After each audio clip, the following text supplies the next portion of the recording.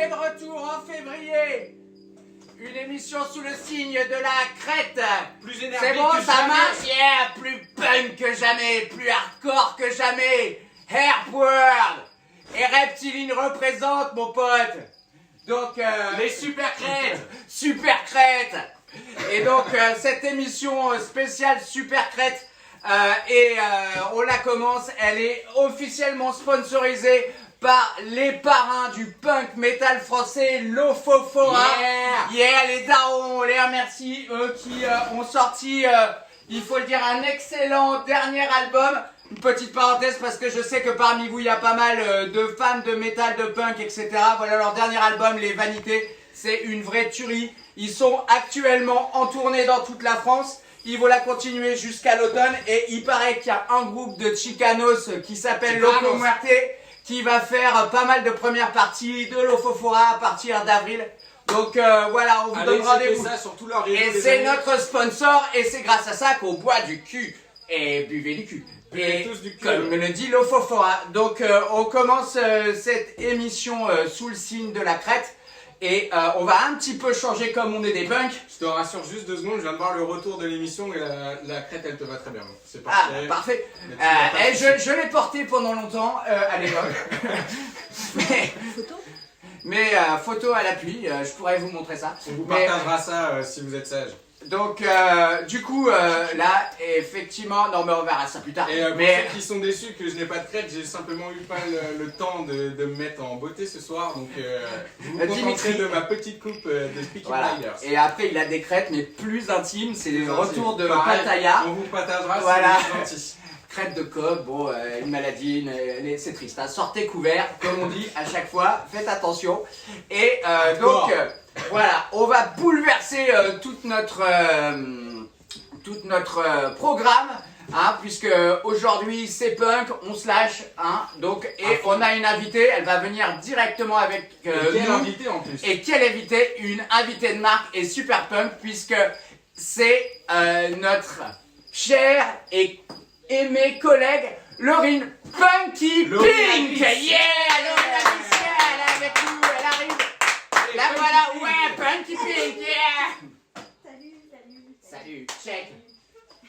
On va check, hein. Yeah. Voilà, parce que décemment, on pouvait pas faire une émission Sans Punky Pink. sans Punky Pink, particulièrement vu que le Herp of the Month, c'est cette fois-ci le gecko à crête. Et Laurine est une éleveuse de gecko à crête de longue date.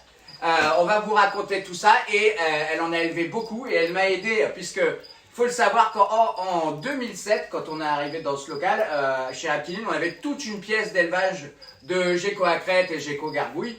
Et Laurine, tu es arrivée à l'époque, à ce moment-là, et tu nous as aidés. On avait quand même 200 spécimens et c'est vrai qu'à l'époque, c'était quelque chose d'assez rare en Europe. Et on va vous raconter un petit peu tout ça. On va vous parler aussi du Herp Market où on va reprendre tous les produits de la gamme de Alan Repachi qui lui-même est le grand parrain des geckos à crête dans le monde, hein, puisque ça a été un des éleveurs historiquement clés pour le développement de cette espèce en captivité. Donc avant de commencer le Herp Market, on voulait vous faire part d'une nouvelle et d'un événement tout à fait voilà, je savais que ça allait. excitée. Alors où est ma... ah merde, mon affiche. Oh non. Vas-y, dis. perdu l'affiche. On a pas l'affiche, j'ai cours, dis. Ne vous inquiétez pas, je reviens. Allez, mettez l'affiche de la super partie. Ouais, génial, merci. Quelle rapidité. Ouais. Alors là, on voulait vous faire part avec mon ami Triclodim de... Maître Dims pour les intimes. Voilà, et Pinky Laurine, Pinky Punk Laurine, de cet événement qu'on a créé spécialement pour vous, la première super crête partie chez Reptiline. Voilà, ça va être une soirée spécialement dédicacée au gecko, dédiée au gecko à crête. Donc, Et aux ça, crêtes aussi. Et aux crêtes. Vous pouvez venir avec vos crêtes. Hein. Vous pouvez venir avec vos crêtes. D'ailleurs, un featuring, il y aura le mec de Prodigy et il y aura sûrement Mr. T aussi pour les fanatiques de l'agence touristique. Et des crêtes. Donc, des crêtes et des crêtes. Crêtes au sucre, etc. Et donc, voilà, on va vous proposer à cette occasion un apéro super convivial, bonne ambiance, de la crête, du pogo et surtout une putain de top sélection de geckos à crête, les plus beaux geckos à crête qu'on ait jamais eu. Ah ouais. Voilà, Laurine, elle vous a préparé une de ces sélections, les amis, ultra top, ultra premium. Donc on va communiquer là-dessus, mais vous avez la primeur ce soir de cet événement. C'est vendredi 21 février de 19h à 21h30 chez Reptiling. Ouais. Yeeha! Super crête party, yeah! Et la meilleure crête sera récompensée. La Voilà. meilleure crête de la soirée. Exactement, si vous venez avec votre crête, elle sera récompensée comme il se doit. Donc voilà, si vous aimez les geckos à crête, si vous aimez ce lézard incroyable, venez, vous en prendrez plein les yeux. On va faire des petites promos, on va faire des petits On va événements surtout partager spécifiques avec vous. et Voilà. partager notre expérience avec vous de l'élevage de ces animaux. Voilà, et ce soir, on va en parler beaucoup. Et on commence directement par vous présenter la gamme d'Alan Repachi, donc dans le Herp Market, puisque chaque fois on essaye de vous présenter des produits pertinents et on est très heureux de vous présenter cette gamme qu'on vous a déjà présentée, mais là on va vous présenter les produits qui sont spécifiquement ceux des geckos à crête pour nourrir les geckos à crête. Donc il faut savoir que c'est les premiers produits qu'Alan a rencontrés. J'ai eu la chance de le rencontrer en 1998. On est devenu assez amis. Et on avait vraiment plein de points communs et donc on s'appréciait beaucoup. Et lui à l'époque bossait pour une boîte qui s'appelait T-Rex et il avait commencé à mettre au point une nourriture pour les geckos à crête. Donc on était resté en contact et quand il a créé sa gamme, et ben, très naturellement, comme je distribuais déjà à l'époque avec Reptiling T-Rex en France, il m'a demandé de devenir le distributeur français pour les produits Alan Repachi, donc sa gamme. Donc ce que nous avons fait, et nous avons donc contribué à emmener ce produit en Europe et notamment à le développer en France, où malheureusement dès le départ on a connu un peu des petites, comme le terrariophile français, des fois un petit peu obtus, un petit peu fermé au départ quand on a commencé à dire que cette nourriture elle était excellente et qu'elle était très facile à utiliser. Plein de gens ont dit ouais mais c'est industriel, c'est chimique, là là là, alors que en fait pas du tout. Elle est vraiment complète, elle est vraiment faite avec des ingrédients qui sont destinés à la nourriture humaine, donc c'est vraiment du très haut de gamme. Et surtout, Alan, que je connais très bien et qui m'a expliqué comment il a mis au point tous ces produits, lui, il faut savoir que, et j'y reviendrai après, qu'il avait une énorme collection, une énorme cheptelle de geckos à crête, il en produisait 18 000 par an. Donc vous voyez un petit peu le truc. Oui. Et donc, ça me déconcentre. Allez, on Et donc, merci. Et donc, en fait, il a utilisé ses propres animaux pour faire des tests. Il a étudié des formules par rapport à des études scientifiques sur de l'alimentation animale d'autres animaux assez proches des reptiles comme les oiseaux. Et il a adapté ça au gecko à crête. Après, il a fait des tests en live avec ses propres animaux, avec l'aide d'un vétérinaire. Il a fait des analyses sanguines, des analyses. Ouais, une vraie mise au point voilà, de toute c'est toute pas la gamme. voilà, c'est des tests qui sont poussés parce que lui-même l'utilise pour son élevage et plein d'éleveurs professionnels dans le monde aujourd'hui l'utilisent. Bon, maintenant c'est vrai que c'est dans les mœurs, mais quand il a fait ça, c'était carrément une révolution. Ce gars-là, je l'ai toujours dit, c'est un génie. Alan Repachi, c'est vraiment un génie de l'élevage et aussi de la création de produits pour simplifier la vie des éleveurs et surtout améliorer le bien-être des animaux en captivité. C'est le point principal.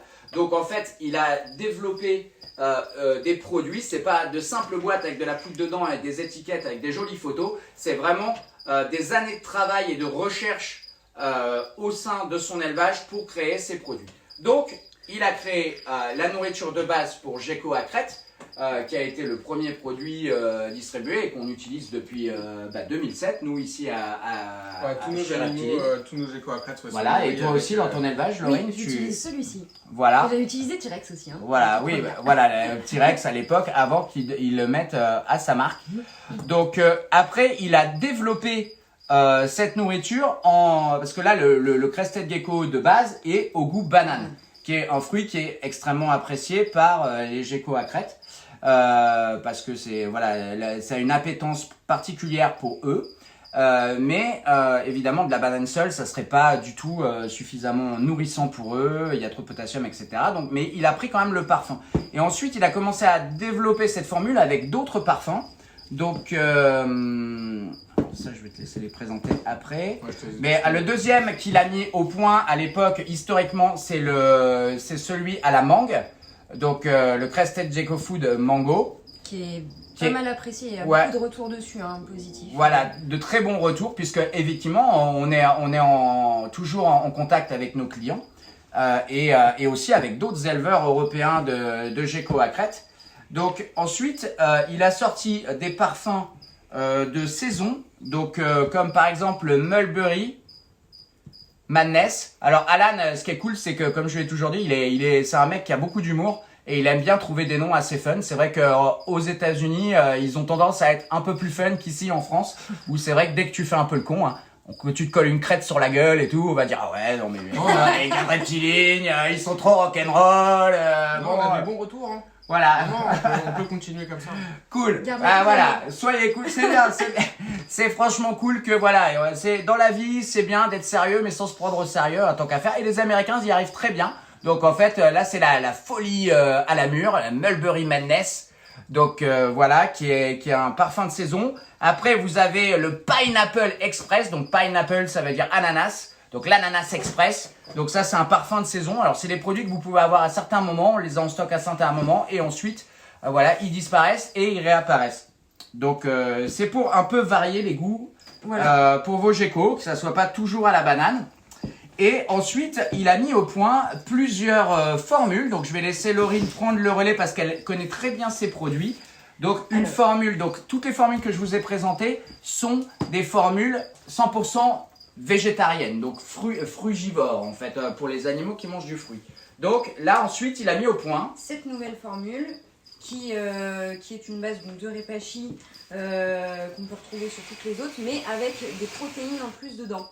Donc ce qui est pas mal pour les geckos qui ne mangent pas trop d'insectes ou par exemple les gens qui n'aiment qui ont pas peur trop, des insectes. voilà, qui n'aiment pas trop distribuer des insectes, mais aussi pour d'autres sous-espèces de Rhacodactylus comme les auriculatus qui eux n'apprécient pas beaucoup les insectes, surtout une fois adultes, ou les Licanius. Mais chez les Ciliatus, ça fonctionne très bien aussi. C'est pour ça d'ailleurs qu'il a mis un auriculatus et un Ciliatus dessus. Voilà, alors à savoir que les protéines qui sont apportées, les protéines insectes qui sont apportées dans cette formule, c'est des larves d'Hermetia, la larve de la mouche soldat noire, qui est la larve qui a le meilleur rapport calcium-phosphore de toutes les larves qu'on peut trouver en captivité. Donc en fait, c'est vraiment excellent, c'est plein de calcium. Il y a 70% de fruits, 30% d'insectes dans cette formule. Donc elle est très appréciée. Et puis c'est pas mal aussi pour éventuellement pour démarrer les jeunes qui au début ne mangent pas beaucoup d'insectes sur les 2 premiers mois.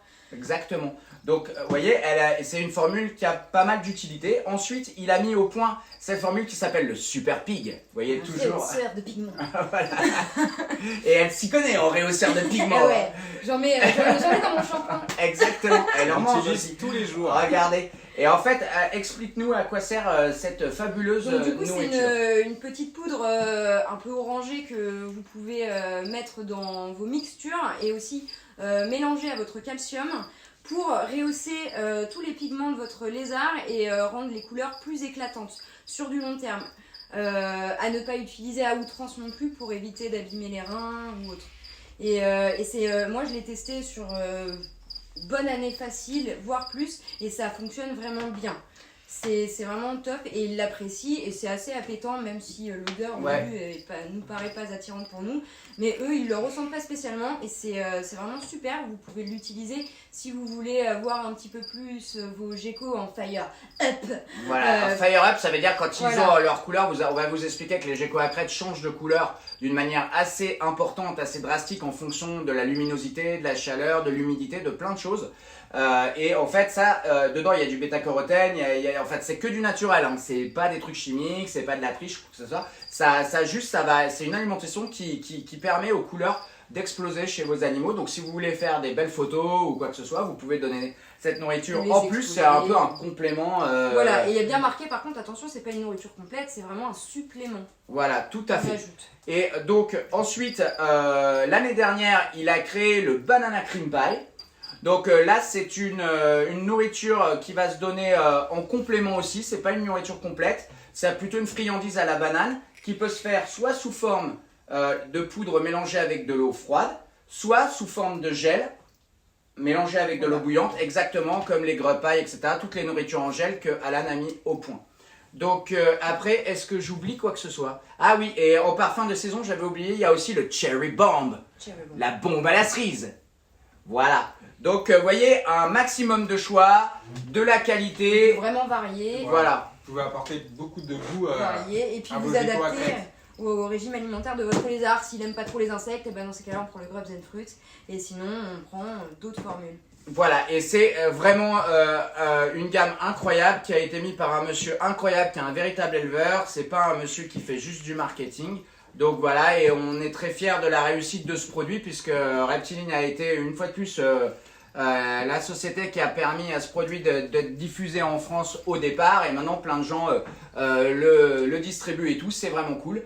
Donc, et l'utilisent surtout, et il n'y a plus les racontards qu'il y avait à l'époque sur les forums comme quoi, mais non, c'est de la nourriture industrielle, c'est pas bon pour vos animaux, etc. En fait, espèce de scepticisme à la française qu'il y a eu au départ. Maintenant, tout le monde est conscient que c'est des nourritures qui sont super. Enfin, c'est devenu normal. Voilà, c'est devenu normal et ça a changé la donne, et surtout, vous vous rendez compte, vous allez pouvoir avoir un animal tellement joli, tellement exotique, tellement incroyable, mais en le nourrissant avec quelque chose d'aussi simple que de la poudre qui se mélange avec de l'eau. Plus, évidemment, quelques insectes à certains moments.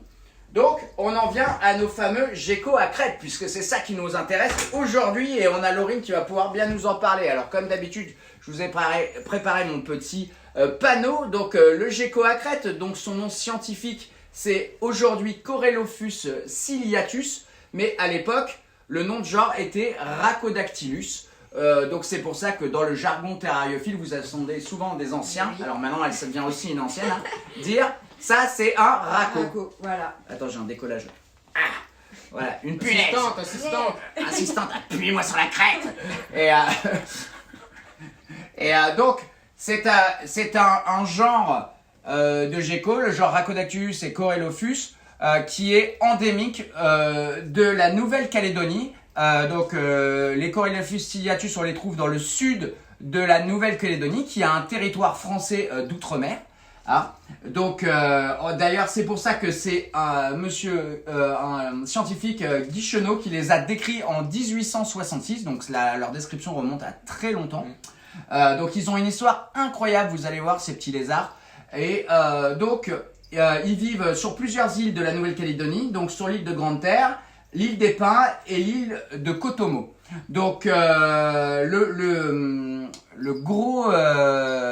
gros truc incroyable sur cet animal, c'est qu'il était donné comme quasiment éteint dans son milieu naturel jusqu'à 1994. Et en fait, en 1994, il y a eu un énorme orage tropical, et en fait ça a tout bouleversé dans les forêts, et ils ont retrouvé comme ça quelques spécimens grâce à ça. Et donc il y a plusieurs scientifiques qui sont partis là-bas, et après il y a une expédition, je vous en reparlerai un petit peu plus bas dans ma liste, de gens qui ont vraiment compté pour le redémarrage du Rhacodactylus, enfin du Corelophus ciliatus, qui sont partis et qui en ont trouvé différents spécimens à partir du moment où on a dit oh là là, il y en a à nouveau et tout, grâce à cet orage tropical. Et ils ont aussi trouvé d'autres espèces de Rhacodactylus. Le Enkeli par exemple, le Lycaenus Enkeli a été découvert à partir de ces expéditions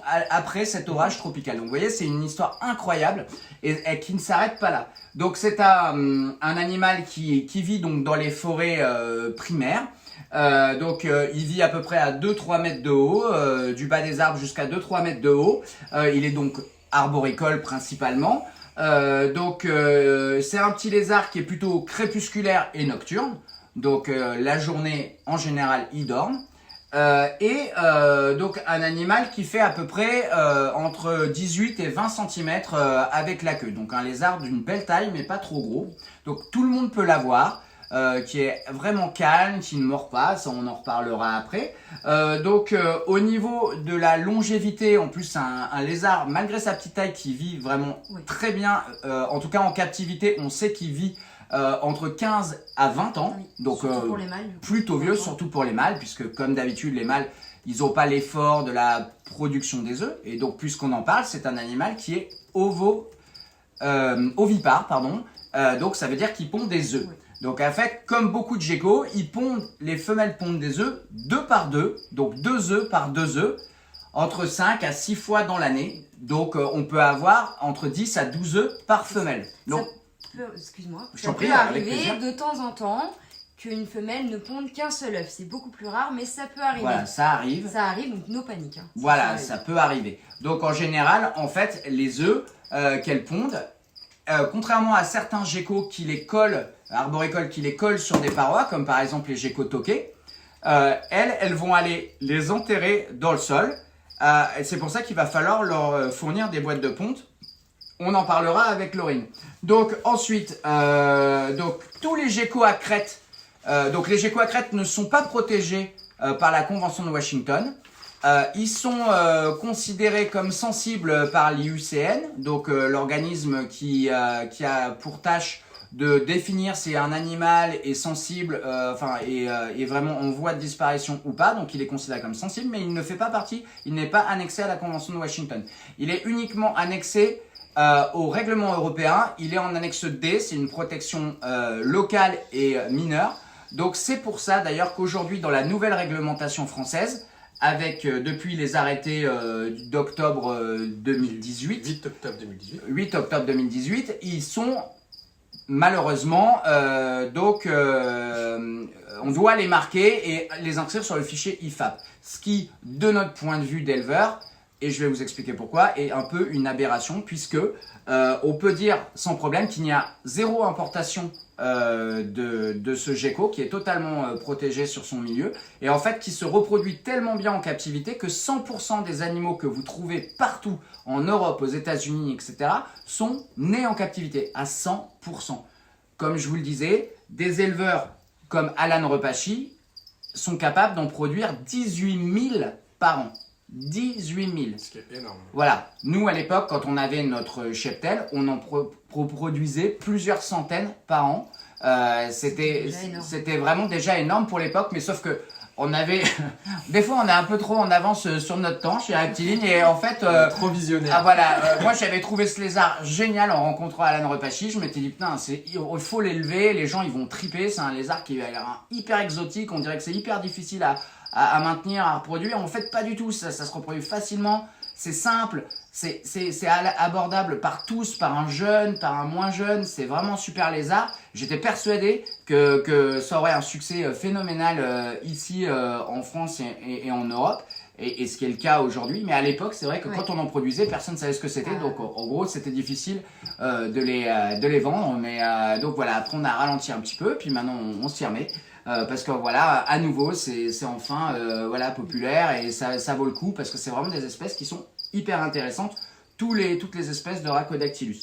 Donc voilà, pour revenir sur l'histoire de ces animaux en captivité, comme je vous l'ai dit, à partir de cette tempête en 94, il y a plusieurs passionnés, plusieurs herpétologues et éleveurs qui sont partis en Nouvelle-Calédonie. Donc il y avait Philippe de Vaujoli, qui est un très bon ami à Alan Repashy, qui est français à la base et qui a immigré il y a des années aux États-Unis.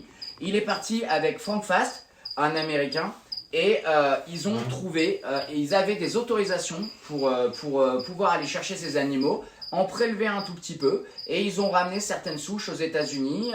Il y a eu d'autres souches qui sont rentrées via l'Europe, qui étaient déjà reproduites en 1992 par un Allemand qui s'appelait Tim...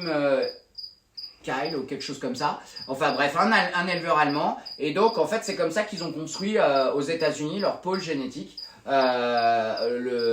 est relativement diversifié. Et tout est parti de là, de la passion intense de ces gaillards.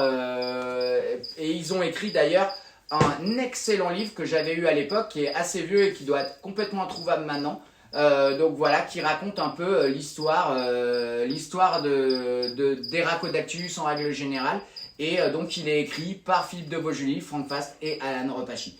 Voilà, tout a commencé comme ça. Et aujourd'hui, c'est devenu vraiment un phénomène international incroyable, ce lézard, puisque, comme on vous le dit, il se reproduit très bien. On va en parler avec Laurine. Et surtout, ouais, yeah, c'est l'anarchie, les mecs. Ouais, même la pancarte Herb Sword. Voilà, même la pancarte Herb Sword, Elle se rebelle. elle pogote, elle slame. Et donc, un autre point très intéressant chez ce lézard, le gecko à crête, c'est qu'il est extrêmement polymorphique. C'est-à-dire qu'en fait, il a des couleurs et des dessins très différents d'un spécimen à l'autre. C'est pas comme chez certaines espèces de lézards où il est toujours vert ou toujours gris avec une bande. Eux, ils peuvent avoir plein de couleurs différentes. Ils sont tous uniques. Ils sont tous uniques, voilà. Et ils sont tous uniques dans des couleurs qui peuvent être du simple au double, voilà. Et donc, il a été développé par les éleveurs des lignées génétiques qui ont permis de fixer ce qu'on appelle des morphes, c'est-à-dire des sortes de mutations, mais bon, c'est plus de l'élevage sélectif, mais c'est quelque chose qui génétiquement se transmet, et des morphes qui combinent à la fois des dessins, donc ce qu'on appelle des patterns, des patrons sur l'animal, différents, et des couleurs. Donc, colors, yeah, colors. Un bon film de gang. Et donc, on va décrypter tout ça avec Laurine parce que c'est quelque chose d'assez nébuleux. La génétique est des fois un petit peu obscure, on ne sait pas trop comment ça se transmet, etc. Donc on va essayer de vous décrypter un petit peu tout ça et vous montrer des spécimens avec Laurine. Donc on a fait une petite liste des morphes. Donc au niveau des morphes qui concernent le patron, c'est-à-dire les dessins qu'il y a sur le gecko, on a donc patternless qui veut dire sans dessin justement. Tout uni. Voilà, tout uni. Lui il n'a pas de dessin, le patternless. Ensuite, de plus en plus rare d'ailleurs. Voilà, de plus en plus rare. C'est vrai qu'à l'époque on en voyait beaucoup et aujourd'hui, comme les éleveurs ont été plus vers des animaux avec un patron vraiment spectaculaire, on voit de moins en moins d'unis, mais c'est vrai qu'à l'époque on en avait pas mal. Ouais, et c'est joli hein. Et c'est très beau. Ensuite, on a Brindle, qui est un dessin un peu comme marbré, mais finement marbré. Voilà, c'est très léger, c'est vraiment très léger. Ouais. C'est comme si c'était un une petit base filet de patterness avec quelques petits traits dentelle légers. dessus. Voilà. Voilà. Ensuite, nous avons le marble, qui là c'est marbré. Marble, ça veut dire marbré, donc avec des marbrures, comme vous pouvez Et l'imaginer. donc souvent les marbles sont plutôt jaunes et marrons. Voilà. Assez régulièrement. N'hésite pas à Oui, en oui. rajouter. Moi je présente et toi tu donnes les... Et moi je commente. Et tu commences. Tiger. Ensuite on a les tigers. Donc Ouais. Tiger, du coup, ça ressemble à du marble, hein, mais c'est beaucoup plus exagéré. Les marbrures vont être beaucoup plus épaisses et ça va être beaucoup plus contrasté. Beaucoup plus de jaune et de marron. Et du coup, c'est fabuleux, quoi. C'est vraiment magnifique. Voilà, elle adore les tigers, vous Ouais, l'avez j'adore compris. les tigers et c'est pareil, on en voit Ensuite, quasiment plus. Hein. voilà, et ensuite on a les arlequins qui sont plus connus. Voilà, Donc, qui sont beaucoup plus connus. arlequin en référence à l'arlequin qui avait son costume tout bariolé avec des taches. Donc, explique-nous ce que c'est qu'un arlequin. Laurine. Du coup, l'arlequin va avoir des flamings sur le côté, sur les flancs, qui seront assez souvent très clairs, voire blancs. Et Alors, pour ceux qui ne sont pas très anglophones, un flaming, c'est en des gros flammes, hein. voilà, des taches en forme de flamme. Un Mais peu comme il y a... de Buffalo à d'ailleurs, l'époque, on a c'est un de quoi on arlequin parle. à présenter. Voilà. Si, pour imaginer, on a un arlequin. Et, Arlequin Cream Cycle. Moi j'ai un flaming sur le réservoir de ma mode. Arlequin Cream. Moi j'ai un famille, mais je vous dirai pas où. Ok. Et donc, il va également avoir la dorsale qui va être quasiment de la même couleur que les Alors, flammes. est-ce qu'on peut voir un arlequin? Est-ce qu'on en a un? Oui, j'en ai J'en un ai qui est juste écrit. un là, bizarrement. Oh, magnifique. Merci à Notre-Dame de l'Ombre. Attendez, Sous de la dame de je vais l'ombre. ouvrir la boîte. J'ai l'impression d'ouvrir un paquet cadeau. C'est sécure. Ouais, qu'est-ce qu'il y a? Alors lui, c'est un harlequin crime.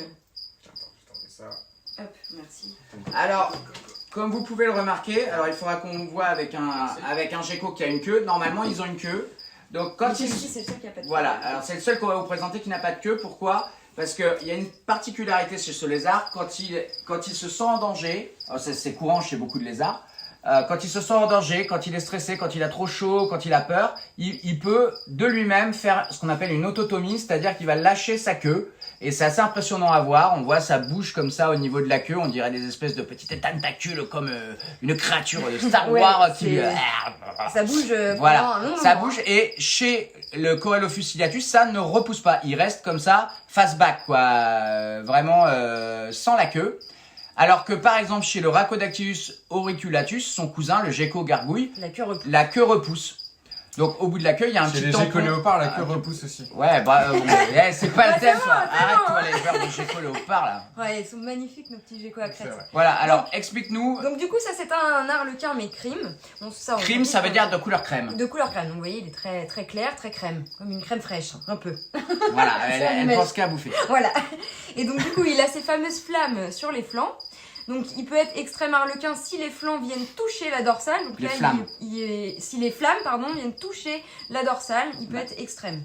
Et Extrême du coup la arlequin. dorsale va être plus ou moins pleine, avec des petites bordures marron, et de plus ou moins de la même couleur que les flancs. Ça s'appelle un arlequin.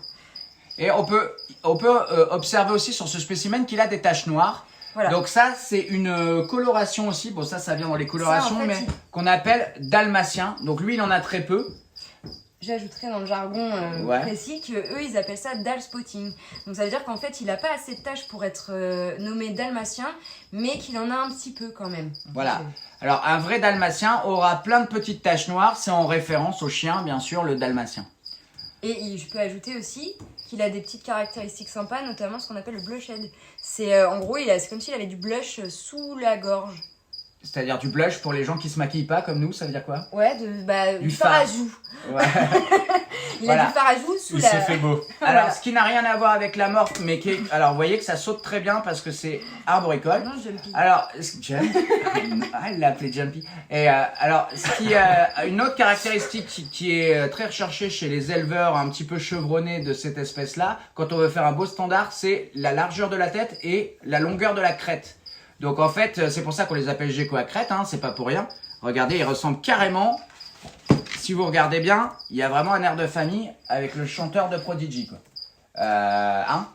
Je voulais pas le dire, mais bon, c'est quand même dans le thème. Et donc, ça, plus la crête est longue, on appelle ça les crônes, les couronnes, plus le spécimen est Et recherché. c'est extrêmement difficile et rare de trouver des belles spécimens. couronnes. Voilà, et moi j'en avais eu un une fois qui avait la crête qui descendait jusqu'en bas de la gueule. C'était Voilà, magnifique. c'est genre coupe au bol, quoi. Voilà. Crone, méga crone. C'était trop mignon. Game of Crone. C'était trop mignon. Il ressemblait à du Timbert. Alors ensuite on continue sur les couleurs. Donc on a le Fire, le Pinstripe. Alors tu peux le remettre après Dim. Alors est-ce qu'on en a d'autres à montrer On va vous parler. Alors après, je veux juste vous dire que toutes ces colorations et toute cette sélection sera disponible en boutique, sur le site internet et lors de la Super Crête Party. Super Crête Party. On vous rappelle que la Super Crête Party, C'est quand, Nico? c'est le vendredi 21 février. Et de quelle heure à quelle heure? De 19h à 21h30, on paye l'apéro, on paye les petits gâteaux, on paye la musique et le pogo. Voilà. Donc on vous attend avec impatience. On continue. On continue.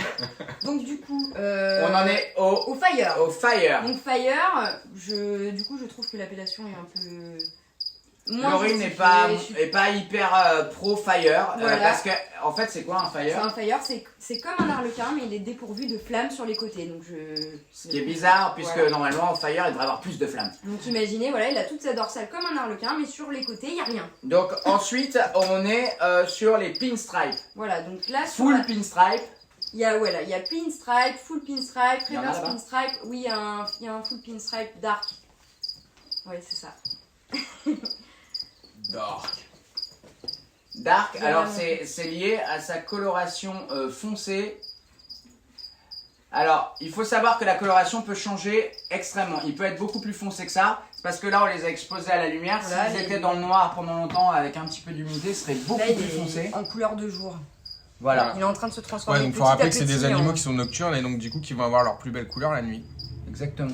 Donc, Donc, pinstripe, explique-nous ce que c'est cette bande. C'est dommage qu'on n'ait pas un plus gros. ouais, hop, il y en a un plus gros après, mais donc là c'est un full pinstripe en l'occurrence. Donc on voit les deux bandes stripe de chaque côté de la dorsale, si j'arrive à le tenir et vous le Voilà, montrer. le dos ici, il est ligné par des petites bandes. Le pinstriping, c'est quand on fait des fines lignes en custom, quand on peint des voitures et qu'on fait du pinstripe. Ça veut dire qu'on fait des lignes, des dessins avec des fines lignes au pinceau, et c'est ce qu'ils ont voulu dire par ces fines lignes qui entourent la pattern du dos, comme ça, et qui sont de couleur crème. Donc quand elles sont complètes, on appelle ça full pinstripe. Voilà. Et quand elles sont coupées, on appelle ça Partial pinstripe du coup. Voilà, donc les full pinstripe ont plus de valeur aux yeux des éleveurs que les partial pinstripe. Ensuite, Et après, je veux juste dire que les reverse pinstripe, donc imaginez ces lignes-là, mais inversées. Du coup, elles vont être très foncées et autour. voilà, c'est- c'est donc des lignes foncées autour de la dorsale. Donc là, ensuite, on va vous montrer d'autres spécimens. Et on va finir par la dernière mutation la plus extrême et la plus en vogue actuellement. Donc, dis lesquelles. J'aimerais bien le Halloween. Voilà, que je Halloween. suis très heureuse de présenter. The night of C'est, Halloween. C'est une, Alors, Halloween, qu'est-ce que c'est? C'est une couleur, parce que dans les couleurs, je vous ai pas montré, on a du bicolore, c'est-à-dire qu'on peut avoir des geckos de 2 couleurs. Oui. On a du red, des geckos vraiment rouges. Souvent, ils sont un peu marron la journée et très rouges la nuit. On a du dark, on a de l'Halloween. Halloween, référence au orange. Orange et noir, hein, qui sont les couleurs de la fête d'Halloween aux États-Unis. Donc, vous allez voir, ça, c'est très rare ce qu'on va vous montrer là. Alors, il a à moitié sa couleur de nuit, à moitié sa couleur de jour. Alors, Mais il viens est quand même voir. très beau. Voilà, Mais il est et vraiment fabuleux. on vous le dit tout de suite, il est déjà réservé, déjà malheureusement, réservé, pour oui. vous. Je pense qu'il regarde l'émission d'ailleurs. Voici ton gecko, Steph. Mm. Donc là, on peut voir que là, il a sa couleur de nuit qui est limite noire avec du orange. Donc c'est pour ça qu'on l'appelle Halloween, hein, parce que Halloween, on pense aux citrouilles, on pense au noir. Bah, c'est les couleurs C'est- d'Halloween voilà, officielles, c'est noir et exactement. orange. Voilà. Donc et puis et du coup, après, bah voilà, en couleur de jour, ça donne plutôt ça. Mais c'est vraiment magnifique et on en trouve vraiment très très peu. C'est vraiment très difficile à avoir et c'est très recherché. Hein. Moi, tout le monde, à chaque fois, ils viennent me voir, ils me disent: est-ce que vous avez du Halloween? Voilà, bah, c'est comme de dire, est-ce que vous avez gagné au loto hier? Donc en fait, voilà, c'est pas souvent. Donc c'est des animaux rares. Pareil, j'en profite aussi, n'hésitez pas à nous appeler s'il y a des colorations ou des... Si vous ou recherchez, des voilà, patterns que puisque vous recherchez. on a la chance de travailler en partenariat avec d'énormes éleveurs européens et américains. Donc n'hésitez pas, beaucoup de ces chouches viennent à la base de chez Alan Repachi ou d'autres éleveurs américains très très belles connus. Chouches. Foiré. Et donc on va donc ça c'était l'arlequin. C'est Et donc, du harlequin, ouais. voilà, Ah oui. on va vous montrer une mutation maintenant qui est super rare, qui s'appelle Lily White. Donc cette mutation Lily White, elle a été, elle est arrivée, elle a été créée en fait par la nature, mais chez un éleveur qui s'appelle Nick Lumb en Angleterre, qui a un très bon ami à nous, qui en 2010 a eu un bébé. Qui est sorti et qui était complètement différent des autres, qui avait un patron un patron clair extrêmement développé sur les flancs, sur les côtés. Donc il s'est avéré que c'était un mâle et 2 ans après, en 2012, il l'a reproduit avec 3 femelles qu'on qualifierait de vierges. Donc ces femelles n'avaient jamais été accouplées avec aucun mâle, donc pour être sûr de la génétique. Et il a sorti le premier bébé qui était lui aussi un Lily White, la copie parfaite de son père. Donc en fait ça a pu déterminer que c'était une mutation génétique, que c'était quelque chose qui se transmettait. Et quelques années après, il a mis 2 Lily White ensemble parce qu'il suspectait que ce soit codominant, puisqu'il avait eu sur pas mal d'œufs beaucoup de Lily White. Donc ça pouvait pas être récessif, c'était forcément codominant ou dominant. Et pour savoir si c'est codominant, il faut savoir s'il y a une super forme. Et effectivement, en mettant 2 Lily White ensemble, il y a eu une super forme qui est un leucistique, donc un gecko tout blanc. Mais malheureusement, cette mutation, cette super forme n'est pas viable, comme très souvent chez les reptiles, chez les leucistiques, comme par exemple chez les pitons, tapis, jaguars. La super forme est totalement létale. Donc il faut pas faire la super forme des Lily. Mais par contre, on peut les combiner, hein, Laurine, avec plein de couleurs différentes. Notamment, bah, du coup, du raid. Voilà, avec le rouge, ça donne des trucs vraiment super canons. Donc là, vous avez un magnifique adulte mâle chez Dimitri, ici. En couleur de jour, du coup. En couleur de jour, mais vous voyez, il est déjà ultra spectaculaire. Donc je vous laisse imaginer ce que ça donne la nuit quand ils sont en fire up. Et un bébé qui est très prometteur et qui commence déjà à exprimer. Alors vous voyez, sur les flancs, ça n'a rien à voir avec un bébé classique. Donc voilà, il saute sur la perche. Et vous voyez, c'est des animaux qui se manipulent très facilement. Et en plus, comme ils sont arboricoles, quand ils sautent, s'ils tombent, ça n'a pas trop d'impact comparativement à un gecko léopard. Hein, Attention. Oui, mais Et- c'est des animaux qui vivent au sol. Voilà. Ouais, mais des fois, quand Non, les et gens puis en les plus- prennent et les font tomber. Non, pour être plus sérieux, en plus, on voit que voilà, la peau est très lâche en fait en bas, ce qui leur permet vraiment de s'écraser comme des crêpes et donc de bien prendre Et les d'amortir super et crêpe d'amortir les chutes. Ils vous d'amortir. sautent dessus comme ça, schlaf. et d'amortir les chutes, ouais. Donc bon, voilà, faut quand même faire attention sur les petits animaux, mais c'est vrai qu'on peut s'amuser à les Essayer de faire montrer sauter. les Il y a flancs pas trop de qui- soucis. Voilà, et ils s'apprivoisent très bien, ils s'habituent très bien aux manipulations. Et en fait, c'est un gecko qui mord très peu, en fait, qui se défend très peu en mordant, qui est plutôt hyper habitué aux manipulations. Et surtout que nous, on les habitue, on les met en confiance et tout ça, mais c'est très facile à faire. Hein. Là, il y a pas de. Il c'est- adore la caméra. Voilà, J'ai envie c'est de le pas faire un- sauter ça- sur c'est- l'objectif, mais j'arrive. c'est pas un lézard qui est difficile à apprivoiser du tout.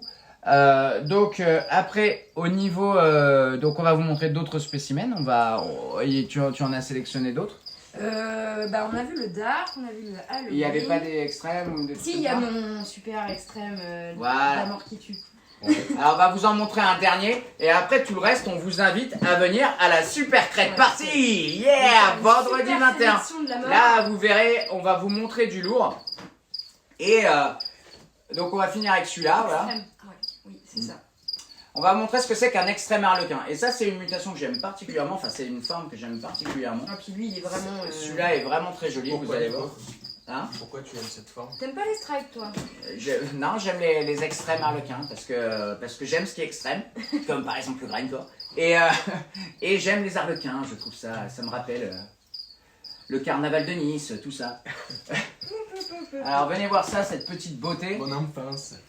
Madame Là, en Franz. fait, il est quasiment tout jaune tellement c'est extrême. Calme-toi, chouchou. Voilà, en Donc, fait là c'est pas un patternless, c'est un extrême harlequin, mais en fait les flammes sont tellement exacerbées sur les côtés, tellement développées qu'on a l'impression qu'il est uniforme, mais en fait quand on regarde, on voit bien que non. En plus il a une superbe couleur et regardez cette crête de ouf qu'il a. Ah oui, il est magnifique. Lui il a une d'un crête bout de à malade l'autre. super large.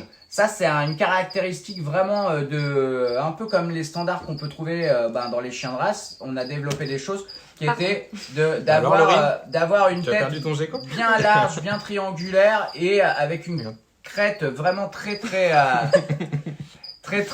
développée. Hein, celui-là c'est un parfait standard quoi. On Ouais, voudrait oui. montrer le top de l'extrême harlequin avec un beau standard de tête. Elle est vraiment magnifique, ouais. Ça déborde tellement sur la dorsale, même la dorsale est toute jaune. Et là, on voit aussi que au niveau de la queue, ce qu'on appelle la petite pelle, elle est bien formée, elle est bien arrondie aussi. Ça c'est un petit tampon antidérapant en fait. Si on met son doigt en dessous comme ça, on sent, il tient et c'est antidérapant. Ça permet vraiment à l'animal de s'accrocher. Hein. C'est une adaptation pour un animal totalement arboricole, hein, très arboricole. Donc voilà quoi. C'est vraiment cool quoi. On nous demande si c'est celui qui était sur notre teaser. Oui, Ouais, c'est celui qui était sur le teaser. ouais, en fait, Effectivement. je l'aime tellement que... Voilà, elle le sort à la moindre occasion. Et on nous demande s'ils sont tous présents Tous présents. au magasin. Oui, oui. Ils seront tous présents au magasin et à la super crête party. Et non, après, voilà, n'hésitez pas à nous appeler. Vous tomberez sur moi, Laurine, Nico ou Anthony. Et comme ça, en fait, on peut vous donner plus d'infos sur justement les animaux qu'on a et vous les envoyer des photos, disponibilités, des les âges, dispos, tout tout ça. Voilà, on peut vous donner plus d'informations par téléphone. Impeccable. Donc on va passer aux questions, hein, puisque vous avez la chance d'avoir Laurine qui a une grande expérience avec ces animaux en termes de maintenant, d'élevage et de reproduction et tout ça. Donc on peut vous parler de la reproduction qui se fait très bien, voilà, de sélection. Donc déjà au niveau de l'élevage, en fait, j'aime pas dire maintenance. Maintenance, en fait, on emploie beaucoup ce terme. Mais en fait, on ne devrait pas l'employer parce que la maintenance, c'est plus pour des machines. On fait de la maintenance sur des machines industrielles.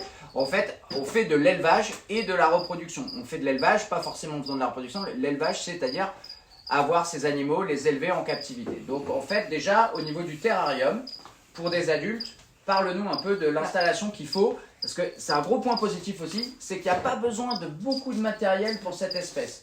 Déjà parce que dans les forêts primaires, je vais te laisser parler, après en fait je m'arrête jamais. Il y a un mec qui disait que c'était chiant.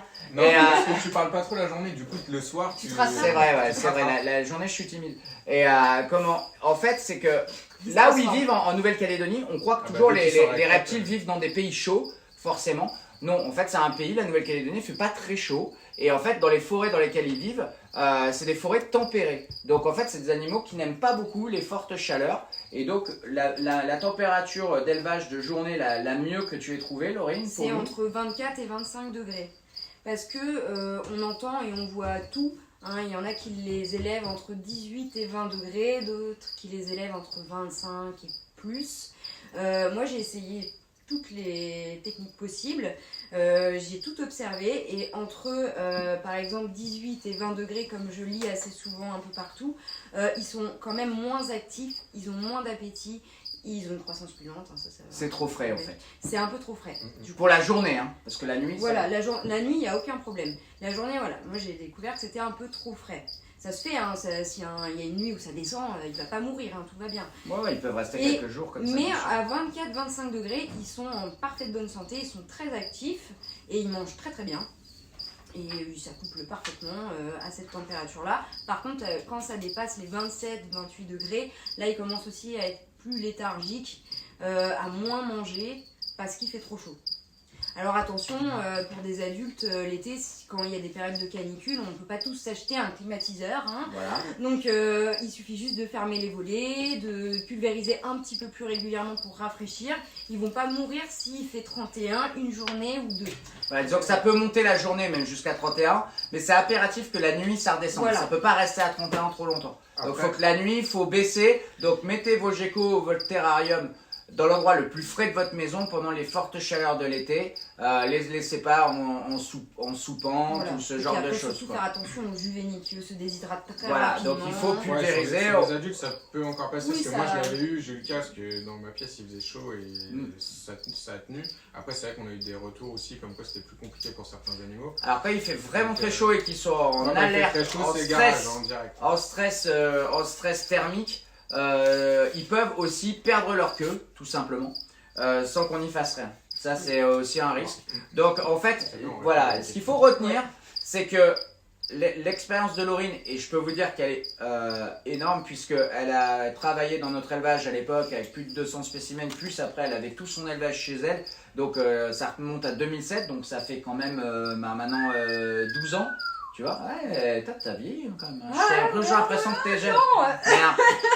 Et en fait, elle a essayé toutes ces techniques pour trouver. Nous, notre but à chaque fois, c'est ce qu'on appelle l'expérience, c'est de tâtonner avec des années de tâtonnement, de trouver ce qui va le mieux convenir aux animaux. Moi j'ai toujours de toute façon observé, il n'y a que comme ça que j'ai réussi. Hein. Voilà, J'ai pas posé 10 C'est 000 ce qu'on vous dit questions. tout le temps chez Reptiling, l'observation c'est C'est la base. clé et savoir de se remettre en l'opération. question. Restez pas sur un truc qu'on vous a dit une fois. Voilà, faites vos propres observations et surtout voyez le comportement de l'animal.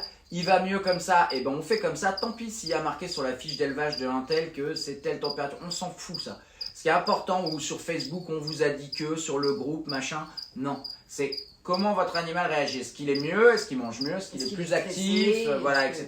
Et là vous pouvez, voilà. Donc en tout cas, profitez de l'expérience de gens comme Laurine et d'autres qui ont vraiment de la vraie expérience, c'est-à-dire beaucoup d'animaux pendant longtemps. Pas, ça fait 6 mois qu'on en fait. Donc la température à retenir, c'est 24-25 degrés. la journée et la nuit. on peut descendre à une vingtaine de degrés sans problème. Voilà. Ensuite, au niveau du terrarium, donc il nous faut quoi comme terrarium? Pour un adulte seul, idéalement un terrarium de 45 par 45 par 60 de haut. C'est le minimum. C'est le minimum et c'est pas mal pour un spécimen adulte. On peut mettre un peu plus grand si on, On veut. peut mettre plus grand, en fait 45, 60. on peut par exemple laisser la longueur et la profondeur, mais apporter plus de hauteur, ça c'est pas mal aussi. Mm. Moi personnellement, c'est pareil, il y a plusieurs façons de les élever. On peut les élever en cage, aluminium, donc en terrarium grillagé, on peut les élever en terrarium en verre aussi. Donc ça tout fonctionne. Hein, moi, Exactement, il y a j'ai même fait des les gens deux.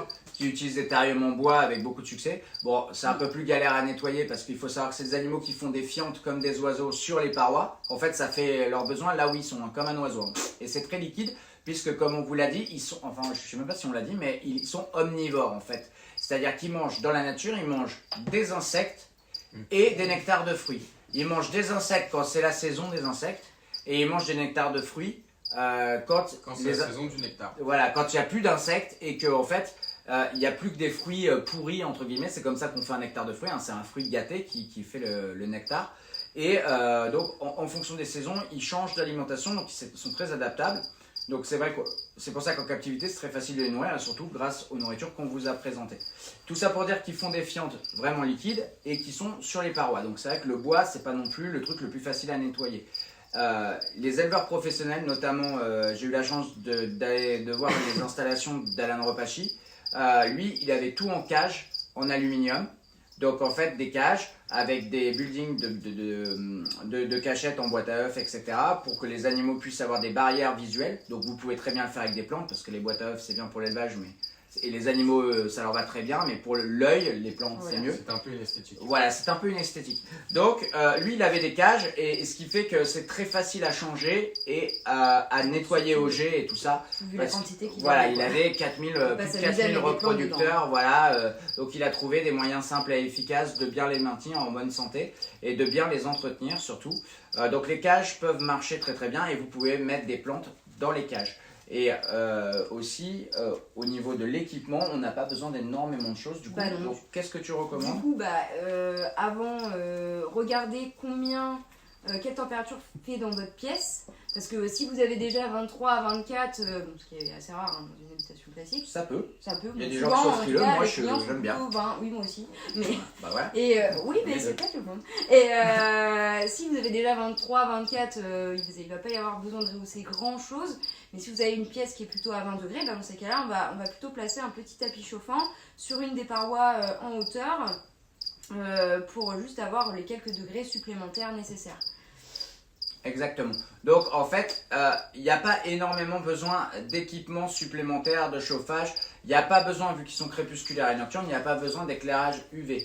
Donc à savoir que les UV, au-delà ça peut éventuellement les stresser un petit peu si on en met trop, surtout si on ne sait pas bien les régler et pas bien les mesurer. Ça peut aussi les déshydrater. Donc la plupart des grands éleveurs n'utilisent pas d'éclairage UV. Et ça se marche très bien à partir du moment où l'alimentation est complète. Voilà, si l'alimentation est très bonne, on n'a pas besoin d'éclairage UV, voire un éclairage comme ces animaux qui sont crépusculaires et nocturnes et qui se cachent dans les feuilles la journée, un éclairage intense peut aussi avoir un effet stressant sur eux s'ils ne peuvent pas bien se planter. Et après, si vous voulez vraiment en mettre et que ça vous tient à cœur, dans ces cas-là, vous le faites en fractionnement. Vous le faites à certains moments de la journée, pendant 1 heure, pas plus, ou des choses comme ça. Ça, c'est possible aussi. Exactement. Donc après, vous voyez, ça ne demande pas beaucoup d'équipement électrique, en tout cas, comparativement à un animal diurne comme un pogona, etc., où il y a besoin de grosses lampes chauffantes, etc. Donc si la journée, vous avez quelques degrés en moins, vous pouvez utiliser un tout petit spot halogène, de type les mini spots. Quel est le meilleur moyen de chauffer son animal si on a besoin de le chauffer? En fait, il faut éviter tous les trucs trop forts, les lampes puissantes, les Solaraptor, ce genre de trucs et tout ça. Évitez, bien entendu, c'est une évidence. Donc vous pouvez soit utiliser de tout petits spots halogènes qui créent un peu de chaleur la journée par radiation, donc les mini-sun, Lucyraptile, ce genre de choses que nous on utilise beaucoup. Et qu'on vous a déjà présenté dans un précédent. Voilà. Si vous voulez regarder, c'est sur notre chaîne YouTube. Ou alors vous pouvez utiliser des tapis chauffants sur les côtés du terrarium. Donc ça va créer des points chauds de contact, donc ça ne va pas forcément chauffer beaucoup votre ambiance, c'est pour ça que je préfère plutôt l'option du petit spot. C'est vrai qu'à l'époque on disait plutôt les tapis, mais en fait en regardant les deux, au final un tapis ça irradie pas forcément. Après on peut utiliser un tapis radiant de type les Habistat High Power avec un petit thermostat, parce que mine de rien ils envoient quand même autant qu'une lampe. Donc, alors qu'une lampe, bien réglée avec la hauteur, l'animal peut se thermoréguler comme ça. Bon, si on met des faibles wattages, il n'y a aucun risque. Et la nuit on chauffe pas du tout. Voilà, la nuit on coupe tout. Voilà, et on n'éclaire pas du tout, bien évidemment, il faut qu'ils soient dans le noir. Et c'est là où vous pourrez les observer avec les plus belles couleurs. Après, en termes de décoration, substrat et tout, qu'est-ce que tu nous conseilles? Alors, en termes de substrat, je vous conseille surtout si vous souhaitez faire de la reproduction, de ne pas utiliser de la tourbe ou de la terre comme substrat principal, parce que sinon c'est un pondoir géant au final. Donc plutôt du copeaux de coco qui est vraiment le meilleur coco. Des éclats de coco. Des éclats de coco, voilà. On utilise énormément ici. Voilà. et d'offrir un pondoir après si vous le souhaitez, si vous souhaitez On faire de la avait, reproduction. on avait Praline qui nous posait la question pour ces femelles si c'était mieux du lit aspen ou du coco ou de la coco. Ah, de la coco sans conteste, parce que comme c'est un animal qui vit dans une région où il y a quand même, salut Praline aussi, pas mal de pluie, en fait on va vaporiser le terrarium relativement régulièrement pour les inciter à boire. Après on va vous expliquer comment mettre les mangeoires et les abreuvoirs dans le terrarium, hein. Mais pour les inciter à boire, on va souvent vaporiser dans le terrarium et donc le substrat va être souvent humidifié. Et l'avantage de la coco, on l'a déjà dit pour d'autres espèces, c'est que premièrement c'est très absorbant, ça absorbe aussi les odeurs, donc ça sent pas mauvais et surtout ça ne moisit pas. Donc vous n'aurez jamais de gros champignons, voilà, alors qu'avec de l'aspen, qui n'est pas fait pour, ça va devenir tout noir, ça va moisir, encore pire avec de l'éclat et tout ça. Et l'avantage des gros copeaux, c'est qu'ils sont trop gros pour être avalés par l'animal, quel que soit le stade, en règle générale. Alors que des fois, on a eu, nous à l'époque, on faisait des tests avec la tourbe et on a eu des bébés qui ont bouffé de la tourbe en mangeant, en essayant d'attraper des insectes et qui sont morts comme ça. Ah ouais, ça Donc on a complètement arrêté le substrat tourbe aussi pour ça, surtout chez les juvéniles. Et en plus le coco, une fois que c'est humide, ils peuvent se mettre dedans, ils peuvent la nuit des fois Ils peuvent se il y a cacher. quelques- Ils on vont peut se observer coucher. ça, hein. Ils vont se coucher au sol et tout ça. Par contre, on va leur fournir une boîte de ponte, une boîte à Voilà. humidité, on va dire. Exactement. Alors explique-nous Donc, comment on fait. moi, je vais utiliser une boîte un peu inesthétique, hein, plutôt une boîte à glace, et faire un petit trou vraiment pas grand, histoire qu'ils se sentent bien à l'intérieur, Dans le et que couvercle. ce soit dans le couvercle, et mettre un mélange de tourbe et de sable à hauteur de 50%. 50% sable, 50% tourbe. Là, c'est plus pour le pondoir, mais ça peut aussi faire office de boîte à humidité, de boîte humide. Voilà, parce qu'en fait, on va humidifier cette boîte très régulièrement. Voilà, bah, il faut pas casser, sinon ça n'a Aucun intérêt. Et ils vont creuser dedans, et soit ils vont aller dormir dedans, et surtout les femelles, quand elles sont Voilà. gravides, elles vont aller pondre Elles dans, vont pondre dedans dans et- ces pondoirs. Et d'ailleurs, assez souvent, quand les pontes vont être viables, elles les pondent dans les pondoirs. Et quand c'est des pontes blanches qui ne sont pas viables, elles les pondent dans le substrat sec, quoi. Un peu plus Ouais, elles sec. savent que ça sert à Ouais. rien. quoi. Voilà, c'est ça. Alors, donc, une autre question qu'on nous pose souvent, c'est comment mettre l'eau et la nourriture dans le terrarium. Là, c'est juste la question qu'on vient de nous poser là. Alors, le décor, t'as vu ça un peu? Ah ouais, Bah, après, en termes de Mon décoration, réaliste. professionnel. en termes de décoration, moi j'avais fait un truc rigolo, c'est que j'avais pris vraiment un pied de vigne, un gros pied de vigne comme ça, qui ressemblait à un arbre mort, et j'avais mis plein de plantes artificielles, parce que moi je n'étais pas trop naturelle à ce moment-là, et j'avais mis plein de plantes comme ça, et j'avais vissé un couvercle en bambou dans cette branche, et j'avais posé une demi-noix de coco, ce qui faisait une maison arbre au final. Donc c'est important de leur mettre des cachettes en hauteur et aussi un peu au sol, puisque comme on l'a dit juste avant, ils peuvent aussi dormir au sol. Et ça, c'est tout à fait normal. Des Et, lianes aussi. Des lianes, Des des branches. bambous.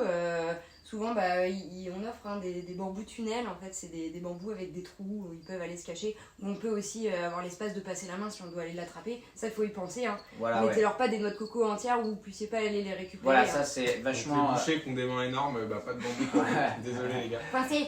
Non mais en tout cas, ce qu'elle dit c'est vraiment important, même pour la sécurité des animaux. Ne mettez jamais des choses dans lesquelles on peut pas aller les déloger. Genre quelque chose, par exemple une noix de coco complète avec un trou dedans.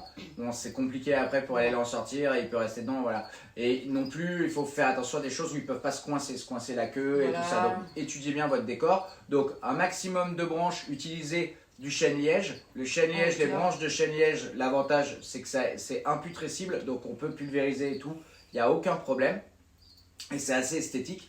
Vous pouvez utiliser les lianes artificielles, des lianes naturelles, des lianes tropicales qu'on trouve dans les animaleries, et des lianes artificielles, donc en caoutchouc de marque Komodo, voilà par exemple, qu'on peut tresser. Il y a différents diamètres, et on peut s'en servir pour fixer les branches, pour pas que ça glisse, parce que souvent quand on est dans un terrarium en verre, il n'y a pas d'appui, on peut pas mettre une fixation ou quoi, c'est chiant. Donc on va se servir de ces lianes, on peut les dénuder puisqu'à l'intérieur, c'est un fil de fer, donc on va la dénuder et on va pouvoir l'accrocher dans le grillage pour la faire tenir, etc.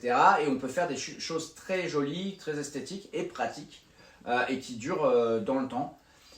pour les geckos. Ensuite, de leur offrir plusieurs cachettes, surtout voilà. s'ils sont plusieurs, hein, évidemment. Soyez créatifs. Voilà. Et voilà, après on parlera de comment ça se passe, surtout s'ils sont plusieurs, parce que Oui, ça, il y a plein de questions là-dessus. voilà, Et juste pour la boisson, est-ce qu'ils boivent sur les feuilles ou ils boivent dans la gamelle? Les deux. les deux. Les deux, alors il y a aussi beaucoup de gens qui disent ne mettez pas de gamelle, ça sert à rien, ils boivent uniquement sur les parois et sur les feuilles. Moi c'est faux, j'ai observé les deux, alors que je pulvérisais et que je mettais la gamelle d'eau, ils faisaient les deux. Hein. C'est Donc, hyper important de mettre une gamelle d'eau. Tous voilà. les éleveurs, même professionnels et tout, mettent tous des gamelles d'eau. Je Tous. pense qu'on reviendra sur la pulvérisation aussi. Ouais, tout à fait. Après. Et donc, en général, les gamelles, on essaie de les mettre en hauteur avec des porte-gamelles, mais ça peut marcher au sol aussi. Oui, ça fonctionne bien au sol. Moi personnellement, je les mettais au sol, les gamelles d'eau, et ça fonctionnait très très bien. Et j'avais fait un super terrain où j'avais mis plusieurs emplacements à gamelles d'eau, je m'étais pris la tête et ça marche bien aussi. Voilà. Donc ça, ils sont assez adaptables à ce niveau-là. Alors, je pense qu'au niveau de... Y a-t-il d'autres questions au niveau de l'aménagement du terrarium, Maître Dims? Non, pas forcément, mais Les emplacements à je nourriture. pense qu'on va continuer sur justement un peu le maintien des animaux et puis revenir. L'élevage. Oui, j'ai fait exprès. Et revenir après sur les Bah, questions. Pour la Ça sera plus pulvérisation, simple. du coup. Hein. Voilà, vas-y. La pulvérisation, moi je la conseille pas tous les jours hein, parce que ça peut créer quand même des mycoses sur les lamelles des geckos à crête qui sont quand même assez sensibles et fragiles. Alors ça, c'est bien que tu en parles. Parle-nous un peu, parce que ça, on ne vous l'a pas dit.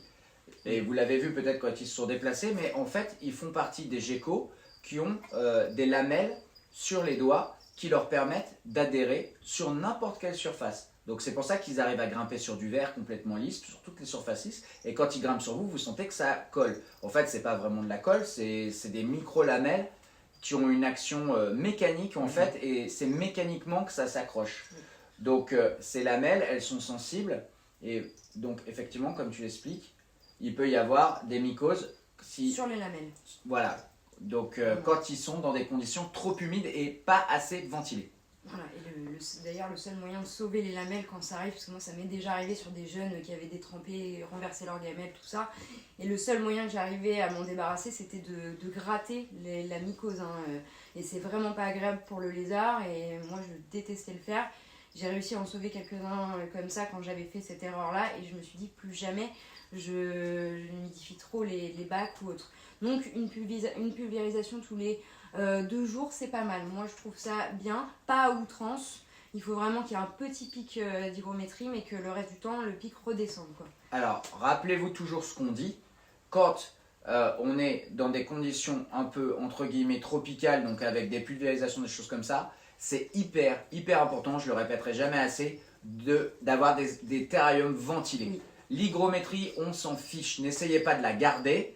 Surtout pensez, dès qu'il y a de l'humidité, il faut que ça sèche derrière, il faut que ça ventile. C'est pour ça que l'option des cages, c'est intéressant parce que c'est hyper ventilé. Mais c'est pour ça qu'il faut avoir aussi, quel que soit le terrarium que vous ayez en verre, etc., que ça soit très bien ventilé. Une aération basse et haute pour qu'il y ait de la circulation, parce qu'il faut qu'il y ait cette espèce de VMC naturel avec l'air chaud qui monte et tout ça pour pouvoir renouveler l'air. L'air sain, dans la terrariophilie, c'est la clé pour tous les animaux. Voilà, et puis bah La bière. Buvez du cul. Buvez du cul, les du coup, mecs. il n'y a pas besoin, arrêtez de vous prendre la tête Ah, sur... toi aussi, doute, tu peux boire buvez du cul. Arrêtez de vous Non, prendre ça la vient tête pas sur les taux Ouais. d'humidité. Les taux d'humidité, on s'en fout, on est des punks. On est Voilà. des punks. Sachez juste que quand vous allez pulvériser, automatiquement il va y avoir un pic. Ça c'est normal. Voilà. Et Et c'est il pas va grave. baisser ensuite et c'est exactement ce qu'il faut pour le lézard, donc il n'y a pas besoin de s'en soucier. Dans la nature, c'est la même chose de toute façon. L'humidité, c'est pas quelque chose de constant. Ça monte, Au ça même titre que redescend. la chaleur, etc. Il Voilà. ne faut pas oublier C'est très que tout ça, ventilé, c'est la des nature. données qui sont mouvantes. Voilà, tout à fait. Donc, on a vu pas mal de choses sur qu'est-ce qui se passe dans le terrarium, etc. Comment alors, on va expliquer comment ils vivent ensemble, ces animaux-là, puisque, en fait, dans la nature, ils sont solitaires. Ils se retrouvent, effectivement, pour s'accoupler comme beaucoup de lézards. Et en captivité, on peut quand même les faire vivre en harem, comme beaucoup de geckos. Donc, évidemment, jamais mettre 2 mâles adultes ensemble, parce que là... Sinon, ils vont se jauger, et puis ils vont au début se prendre pour des femelles l'un à l'autre, et puis ils vont dire bah non, en fait, tu n'es pas une fille, je ne suis pas une fille, et puis bah là, de là, ils vont se battre. Voilà. Et il risque d'y avoir des blessures assez sévères, des pertes de queue, et tout ce qui s'ensuit, quoi. Ouais, ils vont se mordre vraiment violemment. de manière violente. Donc, pas de mâles ensemble, 2 femelles ensemble.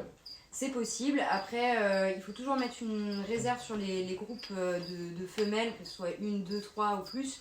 C'est qu'il peut toujours y avoir une femelle qui ne s'adapte pas au groupe et qu'il faut isoler si elle décide de s'attaquer aux autres. C'est pareil, c'est aussi observer bien vos animaux. On peut des fois remarquer qu'il y a des femelles qui ont plus de caractère que d'autres, Oui, qui sont dominante. vraiment très dominantes. Donc voilà, toujours bien observer. Si vous voyez que vous avez une femelle qui est un petit peu dure avec les autres, bah, elle est peut-être pas forcément bonne pour être mise avec d'autres. Donc voilà, J'avais un groupe vraiment de bien 5 observer. femelles ensemble et j'avais introduit une femelle qui était beaucoup plus âgée que les autres et elle les a toutes dominées et plus aucune de mes femelles ne voulait manger hormis elle. J'ai dû la séparer du groupe, quoi. Voilà, donc il faut vraiment bien observer. Et c'est possible de les mettre ensemble, mais le point important, en fait, et ça c'est Alan Repachi qui me l'avait dit, donc ça venait pas de n'importe qui, puisque lui, dans ses groupes d'élevage, c'était en général 4 femelles ensemble avec un mâle qui tournait pour venir les féconder. Donc en gros, un mâle et 4 femelles. Et il m'avait dit, il n'y a pas de problème la plupart du temps, à partir du moment où il y a énormément de barrières visuelles. C'est pour ça que lui, il utilisait ces immeubles de boîte à œufs, certes très inesthétiques, mais techniquement vachement intéressants. En fait, à partir du moment où les animaux ne sont pas obligés de se voir et peuvent mettre des barrières visuelles entre eux, ça apaise le groupe. C'est-à-dire qu'en fait, hop, il y en a un qui va se cacher. Voilà, il y en a un qui va se cacher, et puis voilà, s'ils se sentent menacés, mais si c'est trop ouvert votre terrarium, il n'y a pas assez de barrières visuelles entre les animaux, effectivement, il peut y avoir ce genre de choses. Voilà. Et puis bah, souvent ils s'attaquent le bout de la queue, hein. Du coup elle peut un petit peu nécroser, ils peuvent perdre leur queue, ils peuvent avoir des grosses morsures sur la crête également. Et pareil, ne pas hésiter à bien bouger votre terrarium si vous voulez refaire des groupes, parce que des femelles qui sont en fait depuis longtemps dans le même terrarium et qui ont la même disposition, elles ont leurs habitudes et c'est vrai qu'elles acceptent moins qu'on leur mette un nouveau congénère. Ça c'est une très bonne remarque. Très souvent, quand on fait une introduction, bien maître Davis. Non, mais c'est vrai que ce que je l'ai remarqué chez moi il n'y a pas longtemps. Donc voilà. j'ai pas pris le temps de changer mon terrarium et effectivement j'ai eu des problèmes avec mes femelles. Et ça du coup c'est valable pour C'est ça, tous les d'être animaux. plusieurs meufs. Voilà. Je te dis, il faut avoir qu'une seule meuf. C'est plus simple à gérer effectivement. Je suis obligé de changer mon Mais appart c'est moins fun. tous les 4 matins. Et donc maintenant qu'on a vu un peu l'élevage à proprement parler, parlons donc de la reproduction, puisqu'on a parlé de les mettre en groupe, donc forcément il va y avoir des accouplements et ce qui s'ensuit. Donc parle-nous un peu comment ça se passe les accouplements, comment ça se passe le reste. Déjà l'observation que j'ai pu faire c'est que vous pouvez vraiment les mettre toute l'année ensemble, il se passera toujours quelque chose. Et si vous voulez avoir un accouplement assez rapide, essayez de les séparer et de les introduire vraiment juste pour la reproduction jusqu'à 1 mois maximum. Du coup le mâle sera beaucoup plus stimulé que s'il reste Tout le temps avec les femelles. toute l'année avec les femelles par exemple. Normalement il va se lasser en gros. Voilà. C'est Il faut normal, changer, on le il comprend. faut changer. Voilà. Et ils ont Nous c'est pareil. Et c'est rigolo parce que des fois ils ont aussi leurs femelles préférées, ouais. qui ont des odeurs peut-être un peu plus fortes. Mais... Ouais, c'est ça, ou des odeurs plus sympas. Nous c'est pareil. Et donc du coup le mâle, vous allez le voir, il va pousser des petits cris, il va frétiller la queue et puis du coup il va attraper la femelle par la crête et puis s'accoupler avec un... Alors, c'est aussi, je rebondis sur ce que tu viens de dire. Laurine parle de cris. Ah et en fait, les cris chez les geckos à crête, c'est un truc qui est excellent. Ah c'est excellent. Tu m'as pété les oreilles. Ah, mais et, comment Il y a des fous chez Reptilie. Exactement. Et ça changera jamais. C'est compris. Et en fait, les geckos à crête ont ils vocalisent entre eux. Ils communiquent par le son. Et il y a plein de vocalises différentes. Oui, donc c'est c'est ça. pour ça que le mâle va émettre des petits cris spécifiques. Vous voulez que je Avant vous de imite le s'accoupler. cri du mâle? Allez Vas-y. Laurine, Tout le monde écoute bien. chez vous Ah vous vous foutez pas de moi hein. vous allez juste Personne entendre se des fout. Attention rayons. je fais très bien le mâle en route. Vas-y. C'est c'est à peu près ça. Attention, Putain, bravo, coupez. refais, on dirait un dauphin. Non, c'est un gecko à crête. Vas-y. C'est à peu Eh ouais, près ça. non, c'est Lauren incroyable. the Si vous entendez ça un jour, c'est que ça sent bon, quoi. C'est Voilà. que- ils Bon, mangent et pas- pour ils ceux mangent pas qui de- ont une coupure sur le live, il est reparti, vous inquiétez pas. C'est juste une aparté pour Ah, ok. rassurer nos amis internautes.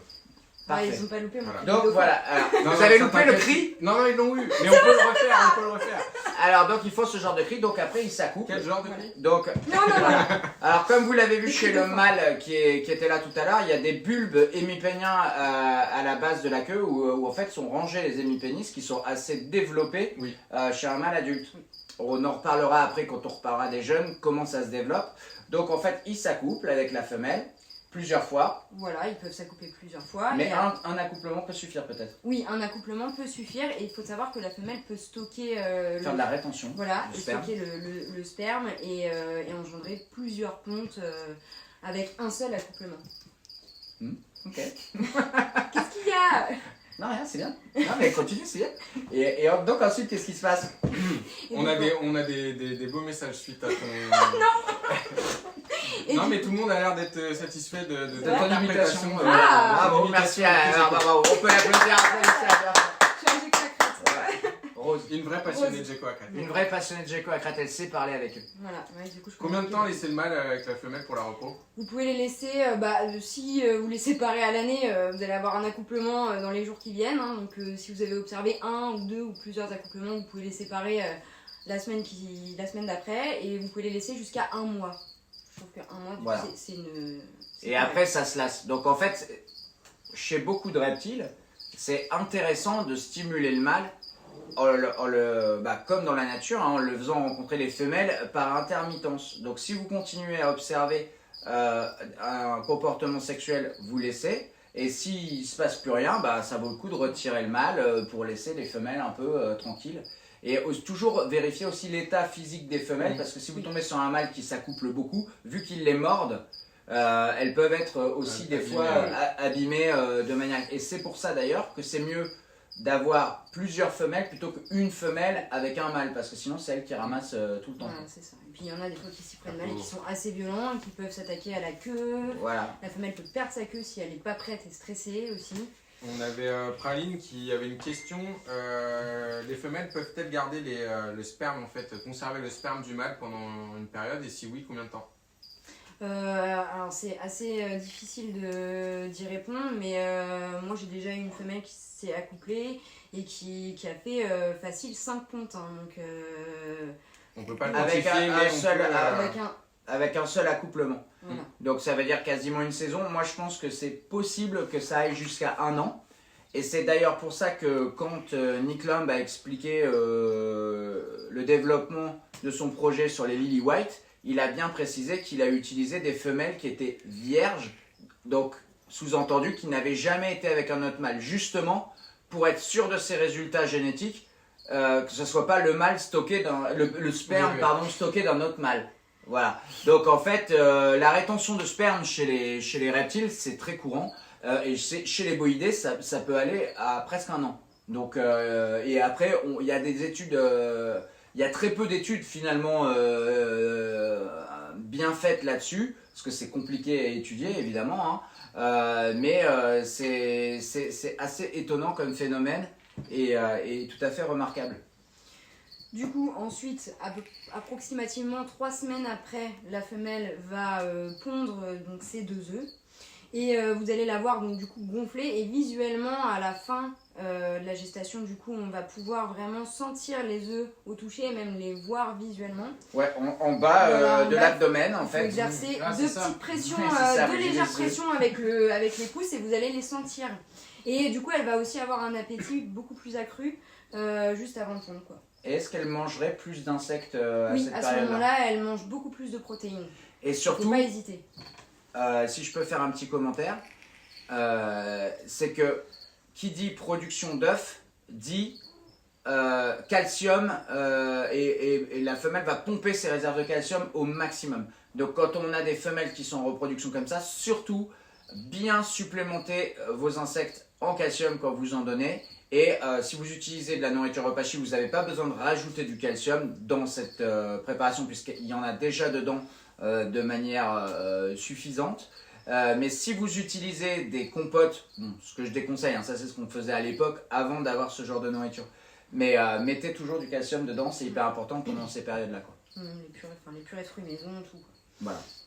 Et du coup, après, vous allez la voir plusieurs jours avant la ponte, creuser, aller préparer son site de ponte. Son site de ponte. Et là, à partir de là, elle va pondre ses œufs et après, elle peut rester dessus plusieurs jours ou s'en désintéresser totalement. Hein, ça dépend des femelles, ça après. Et au niveau du poids, idéal pour les reproduire, c'est à partir de 30 grammes. Après, il n'y a pas une loi qui dit il faut les reproduire à 31 grammes, 5.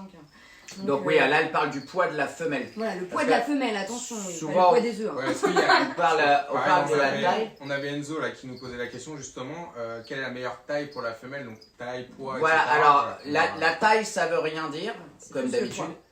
Et tant mieux. Et comment... Mais avec les animaux, le mieux, c'est de parler en termes de poids. Je suis pas d'accord. Voilà, et donc... Moi, c'était plus 35 grammes. 35 grammes, je trouvais que c'était un poids vraiment correct pour une femelle. Ça, c'est le poids qui est donné pour pas mal d'éleveurs, hein, c'est vrai, qui considèrent que le poids minimum pour que la femelle soit en sécurité, pour bien gérer ses œufs, la production des œufs et tout ça, c'est 35 grammes. Voilà.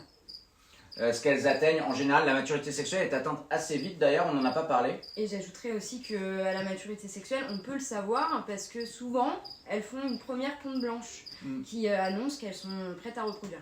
Voilà, donc en fait, une ponte blanche et une ponte d'œufs qui sont non fécondés. Voilà. Donc en fait, il n'y aura pas de jeunes qui sortiront, donc ça c'est aussi très fréquent chez les lézards de produire des pontes blanches.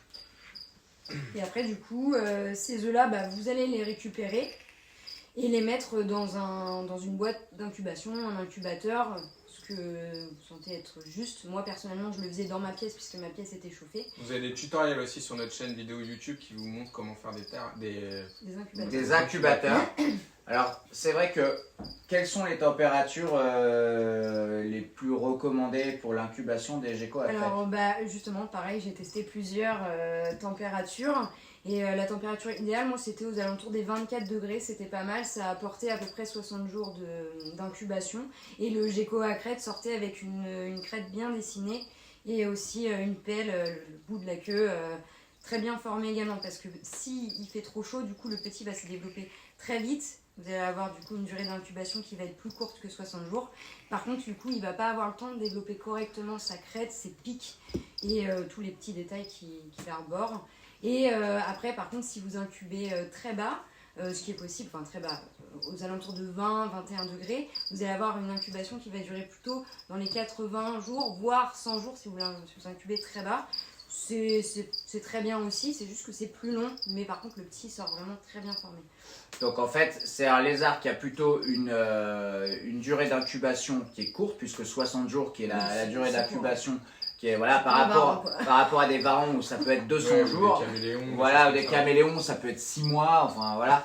Là, on est sur un animal qui est facile parce que en fait là, on va vous montrer carrément un petit œuf. Qui est ouvert, le bébé est sorti, mais pour vous montrer à peu près la taille, bon là voilà, et il a été ouvert avec la dent de l'œuf. Et donc en fait, au vu des températures, donc en général 23-24, on peut carrément l'incuber dans une pièce d'élevage. Et d'ailleurs, il y a des gens, c'est tellement simple à reproduire, ça se passe tellement naturellement que des fois il y a des gens qui font de la reproduction sans même le vouloir et le savoir. C'est-à-dire qu'en fait la femelle va pondre ses œufs, les œufs vont incuber carrément dans le terrarium et les bébés vont sortir avec les variations et tout, et ça marche très bien. C'est pour ça que c'est une espèce qui est tellement facile à reproduire en captivité. C'est vraiment, c'est à la portée de tout le monde et c'est ça qui est fun, c'est que ça se fait bien et on peut vraiment s'amuser et ensuite on va pouvoir avoir donc ces jeunes qui naissent. Alors une autre question, est-ce qu'il y a comme chez les geckos léopards qu'on nous pose souvent, est-ce qu'il y a comme chez les geckos léopards une dépendance entre le sexe et la température d'incubation. Est-ce que c'est thermodépendant au niveau du sexe? Moi je trouve que non, puisque justement j'avais testé plusieurs températures d'incubation et le sexe ratio est toujours en faveur des mâles et il y a très peu de femelles qui sortent quand même, malgré tout. C'est très intéressant. Alors que chez les geckos léopards par exemple, les geckos léopards, le sexe est déterminé par la température d'incubation. On se rapproche d'un crocodile. Ah bah ouais, t'as raison mec, on se rapproche d'un crocodile. Allez, vas-y, continue. Okay. Donc en fait, plus on incube bas, plus on a des femelles. J'ai pas de conneries. Ça dépend, en fait, il y a plusieurs plages. Voilà, et plus on incube haut, plus on a des mâles. Il y a plusieurs plages. En fait, voilà. Donc en fait, chez les geckos léopards, on peut déterminer, on peut élever pour avoir plus de femelles, plus de mâles ou un ratio 50-50. Chez les geckos à crête, ce n'est pas le cas. Et on a remarqué à l'époque où nous on faisait de l'élevage à une échelle quand même relativement correcte, où on avait beaucoup de geckos à crête et aussi beaucoup de Rhacodactylus ciliatus, donc le gecko gargouille. C'était très marrant parce que Auriculatus, pardon, excusez-moi. Et en fait, c'était très marrant parce que chez le gecko à crête, on avait énormément de mâles et très peu de femelles, alors que tout le monde veut des femelles puisqu'on peut mettre plusieurs femelles dans un terrarium, donc les femelles sont plus demandées que les mâles. Et chez les geckos gargouilles, donc les Auriculatus, c'était totalement l'inverse. Il y avait énormément de femelles et c'était très difficile de trouver des mâles. Les mâles étaient rares et valaient plus d'argent que les femelles et ils étaient très recherchés. Et c'est toujours le cas d'ailleurs. Donc si vous voulez faire de l'Auriculatus, vous voyez des mâles, il faut les prendre. Donc voilà, et donc ça c'est quelque chose d'assez intéressant. Donc ensuite on a eu nos bébés geckos à crête. Qu'est-ce qu'on fait une fois qu'on les a? Et après, donc moi ce que je faisais c'est que ils sortaient de l'œuf. Je les essuyais un petit peu parce que souvent il y avait un petit peu de substrat collé sur eux. Et je les mets après avec le Vitalus. Voilà. Et après je les mets dans une petite boîte d'élevage type les Faunabox, les boîtes en plastique d'élevage. Bien aéré, voilà. Bien aéré ou un petit terrarium. Vraiment un petit volume parce que sinon il ne se nourrira pas, il sera trop stressé. Les premiers jours sur sopalin et ensuite sur substrat. Et j'apportais le premier repas après la première mue. Seulement. Voilà, alors il faut savoir que les geckos à crête aussi, comme tous les reptiles, ils muent. Sauf qu'au lieu de muer en bout comme certains lézards comme les Pogona, ils vont muer un peu comme un serpent d'un seul coup. Et ils vont, un peu comme chez les geckos léopards aussi, et ils vont manger leur mue. Donc ça c'est tout à fait normal. Si vous voyez votre gecko qui devient tout blanc et qui est comme enrobé et qui n'adhère plus au vitre puisque en fait ça décolle, en fait l'exuvie empêche les lamelles de fonctionner, en fait c'est pour ça qu'il colle plus. Pour ça qu'il faut le laisser tranquille quand il est comme ça parce qu'il n'est pas à son meilleur, il n'est pas à son top. Donc il faut éviter de les manipuler pendant qu'ils sont en mue. Et surtout, vous allez voir, ils ont une espèce de grand pyjama blanc comme ça et tout qu'ils vont retirer et ils vont le manger. Donc ça, c'est totalement normal si vous n'avez pas l'habitude. Voilà. Donc les jeunes, il faut en prendre soin, il faut bien les hydrater. Voilà, il faut bien les hydrater, bien les nourrir. Et là, pour le coup, on va plutôt les nourrir un jour de nourrissage, un jour de jeûne. Parce que si vous les essayez tous les jours, vous pouvez essayer tous les jours, mais en vraiment toute petite quantité pour bien faire attention qu'ils mangent bien. Ça n'a rien de lui remplir un bouchon de répachi entier, il ne le mangera pas de toute façon et vous aurez l'impression qu'il ne mange pas de toute façon. Voilà, alors ça souvent on nous le dit quand on vend des bébés geckos à crête ici chez Reptiligne. Voilà, on vient, il mange pas et tout ça, mais en fait le truc c'est que c'est un tout petit lézard qui a un petit appétit, il mange des petites quantités. Donc quand vous faites vos petites gamelles de nourriture repachi, en fait, un bouchon pour un juvénile, un bouchon de bouteille suffit largement, même pas rempli à ras-bord. Ouais, donc ça sert à rien de mettre beaucoup de nourriture, déjà vous gâchez du produit pour rien, et puis du coup, comme le dit Laurine, vous aurez l'impression en fait qu'il mange pas, quoi, alors qu'en fait il mange. Donc après, des fois pour les stimuler aussi, on peut utiliser le doigt. Voilà, on peut leur en mettre aussi sur la gueule un petit peu. Et moi, ce que je faisais aussi, c'est que j'en mettais sur la décoration. Là où il allait grimper, j'en mettais un petit peu partout. Comme ça, dès qu'il se déplaçait, hop, ça sentait un petit peu la nourriture. Il léchait la nourriture. Au cas où il ait du mal à trouver l'emplacement de la gamelle, par exemple, ou qu'il ne veuille pas y aller. Et donc, du coup, le premier repas, moi, je l'apporte toujours sur de la répachi. Pas d'insectes, parce que ça fait vraiment peur au début. Voilà. Mmh. Et après, quand ils grandissent un peu, après, quand ils deviennent adolescents, là, par Voilà. contre, ils ont Là, un fort besoin d'insectes, ils deviennent très forts chasseurs. Ils peuvent manger, moi je donne souvent entre 5 et 6 grillons par exemple. Là vous pouvez en donner 8 s'il a vraiment un gros appétit. De Faut taille vraiment- adaptée. De taille adaptée, sachant qu'ils mangent quand même, ils aiment les gros insectes. Ouais, exactement, ça peut manger gros. Quelle Et- fréquence de nourrissage? Parce qu'on avait la question de Delphine et Frédéric Philippe là, qui nous demandaient à quelle fréquence pour les nourrir. Parce que tous les jours, tous les 2 jours, tous les 3 jours. Bah un bébé qui vient de naître. Sur l'ensemble, hein, ça peut être, on peut là Sur parler- on va Voilà. faire juvénile, Voilà, c'est ça. subadulte Voilà. et adulte. On va faire les 3 stades. Comme ça, Un juvénile peut manger tous les jours en toute petite quantité ou un jour sur 2. Et après, quand il devient adolescent, entre guillemets, il va pouvoir manger tous les 2 à 3 jours. Mais il faut vraiment varier protéines, répachis, etc. Et après, une fois adulte, par contre, vous pouvez lui faire 4 jours de jeûne sans problème. en gros 2 fois par semaine. Voilà, c'est Donc- ça, 2 fois par semaine. Il va manger en très bonne quantité, n'ayez pas peur, il va pas maigrir, au contraire. Donc pour ceux qui posaient la question tout à l'heure sur le fil Facebook, savoir s'ils pouvaient partir 4 jours l'esprit tranquille, Sans problème. la réponse est là. Pour la nourriture, ouais. Il faut par contre faire attention aux températures, que ce soit pas des jours où il fait très chaud, et Voilà, surtout canicule. qu'ils aient toujours de l'eau. Donc plusieurs gamelles d'eau, voilà. Pareil, on avait une question de Kader, salut Kader. Salut Kader. Qui nous demandait, qui nous demandait est-ce qu'on pouvait remettre les bébés avec les parents après la pause. Alors, il y Moi, je a... le conseille pas. Je le conseille pas, mais après il y a des jeunes qui naissent dans le terrarium et les gens les retrouvent, ils sont pas mangés. Mais quand même, moi je le ferai pas vraiment. C'est pas une bonne idée. Ça marche très bien, par exemple, chez certains geckos comme les geckos toqués qui vivent en famille et Les les Felzuma. adultes, ils présentent. Les Felzuma, Les petits ils... laticoda, ils sont vraiment. parce que chez les grandisses, ils les bouffent. Ah ouais, non, mais peut-être pas les grandisses, mais les laticoda, ça Les marche petits super. codages, je crois qu'ils vivent en famille. Hein. Ouais, J'ai ils observé, peuvent. ils sont beaucoup Voilà. sur un même territoire. Selon les espèces, mais pas tous. Mhm. Il y en a, ils peuvent se manger. Mais chez les geckos à crête, en règle générale, vaut mieux les enlever, ne serait-ce que par raison de stress. Donc voilà, au niveau de la boucle, je pense qu'on a bien bouclé les choses. Alors, Ouais. est-ce qu'il y a des dernières... Ouais, mais Parce on qu'après, avait- on a aussi notre teaser, notre concours. On Ouais, va on donner a le concours les avec- gagnants du concours. Après, on a eu, Pour la plus on a eu belle beaucoup crête. Ah, de- j'offre l'œuf, si vous voulez. On a eu beaucoup de questions. Alors vas-y, donne-nous les questions les plus pertinentes. Là, si on reste sur un côté reproduction, on avait Néfaste de la Fourberie, donc salut Néfaste, qui nous demandait en fait, Excellent, à part bien le pattern, punk. est-ce qu'il faut sélectionner autre chose pour la reproduction ou est-ce qu'il faut faire attention à un autre élément pour mettre un mâle et une femelle ensemble? Après, il faut Les que. caractéristiques physiques, on l'a Ouais, dit, c'est hein, ça, la les crête, la formes de pelle. tête, essayer de toujours trouver des animaux qui ont des beaux standards, qui sont bien campés sur leurs membres, ce genre de choses, quoi. Mettre des animaux vraiment costauds avec des animaux costauds, essayer de tirer les lignées vers le haut. Et puis si on en a un qui est un petit peu plus maigrichon, qui est pas trop top et tout ça, peut-être pas utiliser cette lignée-là. On a eu pareil beaucoup de questions sur l'alimentation et je pense que pour tous ceux qui ont posé leurs questions, on est quand même pas mal revenu dessus pendant l'émission, donc on va rester à ce niveau-là. On avait juste une question de Marsupilami, salut Marsu, Salut. Marchu.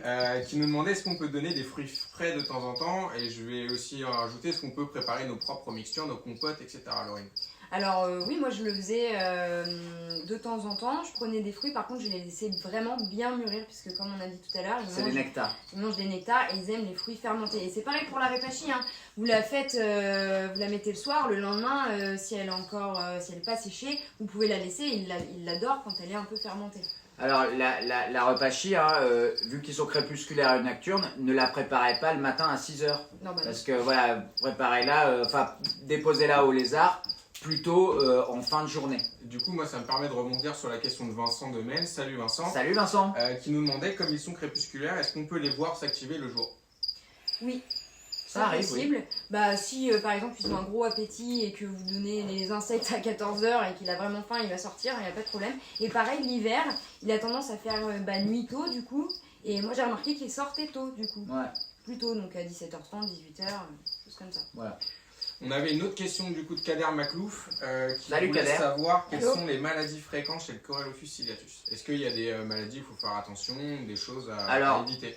Depuis très longtemps, il y a très longtemps aux États-Unis, il y a eu des parasites, je me rappelle plus du nom, mais il y avait eu un parasite qui circulait chez les racos qui avait fait une hécatombe, mais depuis le temps, en Europe, il n'y a plus ce genre de choses. Comme je vous l'ai dit, c'est du 100% né en captivité. Donc ça ne veut pas dire qu'un animal qui est né en captivité ne peut pas avoir un virus ou être malade. Mais jusqu'à présent, Dieu merci, on n'a pas de virus récurrent connu chez les Rhacodactus, enfin, qui sont actuellement présents chez Rhacodactus en captivité. Les problèmes de santé qu'on a sont souvent d'ordre environnementaux, comme c'est souvent le cas chez les reptiles, et d'ordre alimentaire. C'est-à-dire que l'alimentation n'est pas convenable, n'est pas bonne. Donc on a des problèmes de calcification, donc des décalcifications. On a ce qu'on appelle le floppy tail syndrome. Floppy tail, ça veut dire avec la queue flottante en fait. En fait, ils ont, au lieu d'avoir la queue qui tient bien et qui les équilibre et tout, leur queue, elle va partir sur le côté comme ça et elle va pondre en fait. C'est, enfin moi j'en ai plus vu. Depuis qu'on utilise toutes les nourritures repachis et tout ça et qu'on sait généralement c'est lié à des carences. Voilà, c'était lié typiquement à des carences. Donc en gros, si vous partez avec des animaux sains et que vous les nourrissez bien et que vous les hydratez bien, sans trop détremper les terrariums. Voilà, sans détremper les terrariums. Bon, Laurine a parlé de ce problème de moisissure au niveau des lamelles et tout ça. Théoriquement, il n'y a pas de problème. Après, il faut éviter un maximum les accidents en fixant bien vos décors, toutes ces choses-là. Faire attention quand les jeunes sont petits, de ne pas mettre des trop grosses gamelles de nourriture parce que des fois ils peuvent tomber dans la gamelle et le fait de s'engluer, d'être tout collé dans de la nourriture, ça peut les déshydrater et les faire mourir. Donc en fait, si vous voyez que votre animal il est tout plein de repachis, rincez-le, nettoyez-le et tout ça, le laissez pas comme ça parce que ça va le faire, claquer. Après les petits garrots de mue sur les bouts de bois, les choses comme ça. Vérifiez les mues. Mais globalement, c'est un animal qui va très bien. Enfin, on a assez peu de problèmes et c'est pour ça qu'en captivité, ils vivent entre 15 et 20 ans. Enfin, il y a des spécimens très âgés. C'est un lézard qu'on garde longtemps. On avait Lilou Steph et d'autres personnes qui nous ont demandé, qui nous ont posé cette question-là. Pour le calcium, vaut mieux du calcium avec de la D3 ou sans D3? Et au niveau des vitamines, est-ce qu'il faut leur donner des vitamines supplémentaires en vitamines de temps à autre? Alors, c'est comme pour tous les lézards, hein, comme on le dit à chaque fois. Le calcium pur, sans vitamines, aucun problème. Vous pouvez en donner autant que vous voulez. Parce que tout ce qui n'est pas absorbé par l'organisme est rejeté par les voies naturelles. On ne peut pas faire d'overdose de calcium et finir comme Dim Vicious et de faire une overdose comme Sid Vicious. Et donc là où il faut faire attention, c'est le calcium avec des vitamines. Donc là, on va supplémenter la nourriture avec un polyvitaminé, mais une seule fois par semaine. Donc le Reptivit par exemple de chez Repachi, le Calcium Plus, donc où il y a un petit peu de D3, où il y a de la vitamine A, il y a différents, c'est un polyvitaminé comme on dit, mais si on n'en met qu'une fois par semaine, c'est largement suffisant, d'autant plus que la nourriture est elle-même vraiment riche. J'avais une autre question de Néfaste de la Fourberie qui voulait savoir si l'autotomie peut être liée à un problème de maintien. On l'a évoqué tout à l'heure, du coup la chaleur. Trop chaud ou un gros stress. Mais la chaleur, c'est vraiment un gros facteur parce qu'ils vont être vraiment speed, ils vont être vraiment nerveux et enclins à flipper et donc à lâcher leur queue fastoche. Et ça peut des fois arriver pendant un transport. Nous, ça nous est déjà arrivé en allant sur un salon, malheureusement, que dans la boîte polystyrène, pendant le transport, on ouvrait la boîte pour déballer nos animaux et il y avait un gecko qui avait perdu sa queue, peut-être parce qu'il s'est tapé un speed, une petite frayeur, voilà. On va passer à la question de Jacques Roussel. Salut Jacques. Salut Jack. Qui demandait combien de geckos à crête peut-on détenir chez nous? Alors normalement 25 sans certificat de capacité. Donc théoriquement, tiens, puisqu'on parle du réglementaire, je réponds à une question qu'on ne nous a pas posée mais qui est importante par rapport au règlement avec l'IFAP. Donc théoriquement, tous les animaux concernés par cette nouvelle réglementation doivent être identifiés par une puce. Sauf si il est impossible de les pucer. Et nous, on considère que c'est le cas avec les Rhacodactylis. On sait qu'il y a des gens qui ont essayé de les pucer et ça s'est globalement mal passé. Ils ont perdu leur queue, ils n'étaient pas bien derrière, etc. Il y a peut-être des gens où ça s'est bien passé, mais vu la taille du lézard, vu la sensibilité de sa peau, vu la taille d'un transpondeur et tout ça, franchement, nous, on déconseille. En plus, là, c'est une petite parenthèse, je parle au nom de toute l'équipe. On trouve ça tellement aberrant que ça soit IFAP ces animaux-là, quoi. Ils sont pas protégés, c'est 100% né en captivité, c'est limite un animal domestique maintenant, tellement il y en a qui sont reproduits, qui sont des morphes et tout ça. Ça n'a pas de sens. C'est vraiment une loi qui a été faite un peu n'importe comment. Et normalement, l'IFAP devrait concerner uniquement les animaux à forte protection, qui sont des animaux sensibles. Or, le gecko à crête ne l'est pas. Une annexe D du règlement européen, ça ne l'est pas. Donc ça n'a pas de sens. Donc là, on va être plutôt sur une identification photo. Donc, ce qui est en plus viable à l'IFAP. Hein. Vous n'êtes pas viable à obligé l'IFAP. de pucer votre animal. Hein. Voilà, la déclaration photo, même pour tout type d'animaux, si vous décidez que vous ne voulez pas implanter de puce, j'ai du mal ce soir, désolé, à votre animal, vous pouvez faire une identification photo. Alors, il faut par contre avoir une attestation de votre vétérinaire qui dit que cet animal il n'est pas possible de le pucer. Lui, il refuse de le pucer. Si vous n'avez pas cette attestation, si vous avez un contrôle, vous l'avez dans l'os. Donc en fait, il faut vraiment que votre veto fasse une attestation en disant après, voilà, si moi j'estime que les geckos à crête, techniquement parlant, on ne peut pas les pucer sans risquer de leur faire du mal, sans risquer qu'ils perdent leur queue, etc. Voilà. etc. Après, donc, si vous avez un vétérinaire qui connaît ces animaux-là, normalement il est censé aller dans votre sens. Voilà. Après, on a eu le cas d'inverse où des vétérinaires voulaient vraiment pucer les animaux. Libre à vous de changer de vétérinaire. Hein. Si jamais vous voulez vraiment pas le faire, Voilà. changez de veto. En tout cas, notre conseil, et ça ne concerne que nous, ne les pucez pas, faites une identification photo, ce qui, somme toute, paraît assez ridicule par rapport à un animal qui change de couleur toutes les 5 minutes. Mais bon, on va dire que... Mais vous serez dans les clous. Ouais, Voilà. vous serez dans les clous, donc nous, on vous pousse à être dans les clous, bien sûr, mais on est aussi là pour protéger la liberté du terrariophile et dire que des fois, les lois, c'est bien, mais là, c'est peut-être un petit peu extrême par rapport à des animaux qui ne sont pas du tout sensibles au niveau de leur prélèvement, puisqu'ils sont plus nombreux en captivité qu'ils le sont dans la nature. Donc on pourrait repeupler 4 fois la Nouvelle-Calédonie, quoi. Je vais juste parler, j'avais une petite question personnelle par rapport à Laurine, et je trouvais ça cool qu'on l'aborde. C'est Marsu qui a posé cette question, c'est Laurine, quand a commencé ta passion pour les Corylopus ciliatus et quelle est ta mutation préférée? Et ben c'est quand je suis arrivée pour la première fois du coup à Reptiling, qui était... Je suis le pouce au crime. Ouais, voilà. Et à la base, je voulais prendre un serpent. Hein. Et là, j'ai débarqué dans la pièce d'élevage des Rhacodactylus et j'ai ouvert la première boîte et j'ai eu mon gros coup de cœur. Donc c'était en 2007. 2007, voilà. Et elle voulait après tous me les prendre. Ah ouais, j'allais, à chaque fois je faisais, c'était... c'est vrai une journée à le choisir. Hein. Elle était très chiante. Et on avait un très beau stock puisque la plupart de mes geckos à l'époque venaient de chez Alan Repachi et de Philippe de Vaujoly, voilà, des pionniers aux États-Unis et qui avaient des super souches à l'époque. Et ma mutation préférée, du coup, c'est les extrêmes dalmatiens, mais des peaux qui sont bien clairs avec des gros points dalmatiens. Voilà. C'est vrai que c'est vraiment super cool. On en avait des beaux à l'époque. Ah ouais, oui, j'en ai pris un. Et on va finir avec la question de Praline, qui va nous permettre de faire une transition, qui voulait savoir, a-t-on d'autres Halloween de disponibles? Oui. Et vous pouvez aller voir à la Super Crête Party, yeah! Et juste pour préciser, il fait à peu près la même taille. Hein. Donc voilà, on vous les présentera à la Super Crête Party le vendredi 21 février le soir. Il y aura de la bière, il y aura des apéros et il y aura des gâteaux et surtout beaucoup de geckos. Merde. Attendez, on a un problème technique, on arrive. Beaucoup de geckos à crête, comment ça marche? Non, attends. Vas-y, fini. Attends. On va le faire à la coupe.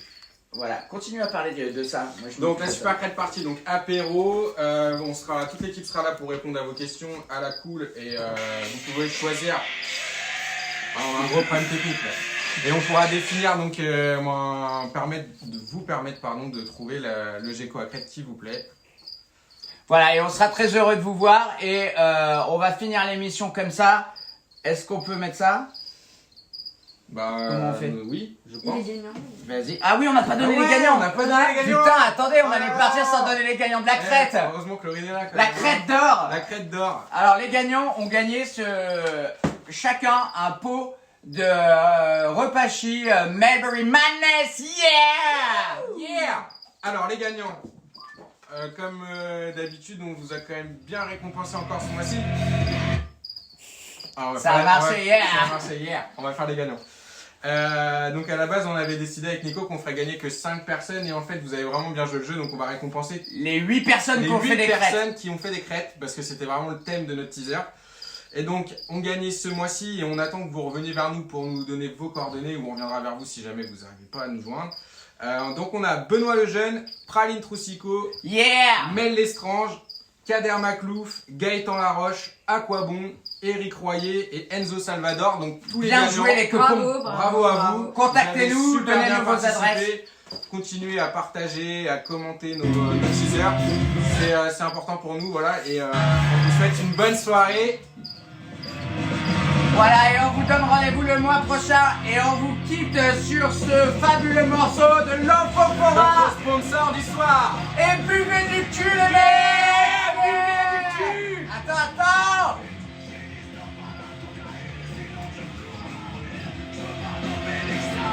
Pour pas finir comme toi! Les tricot frère! Il y en a plus dans les placards! J'ai validé en slip! On peut plus... Attends!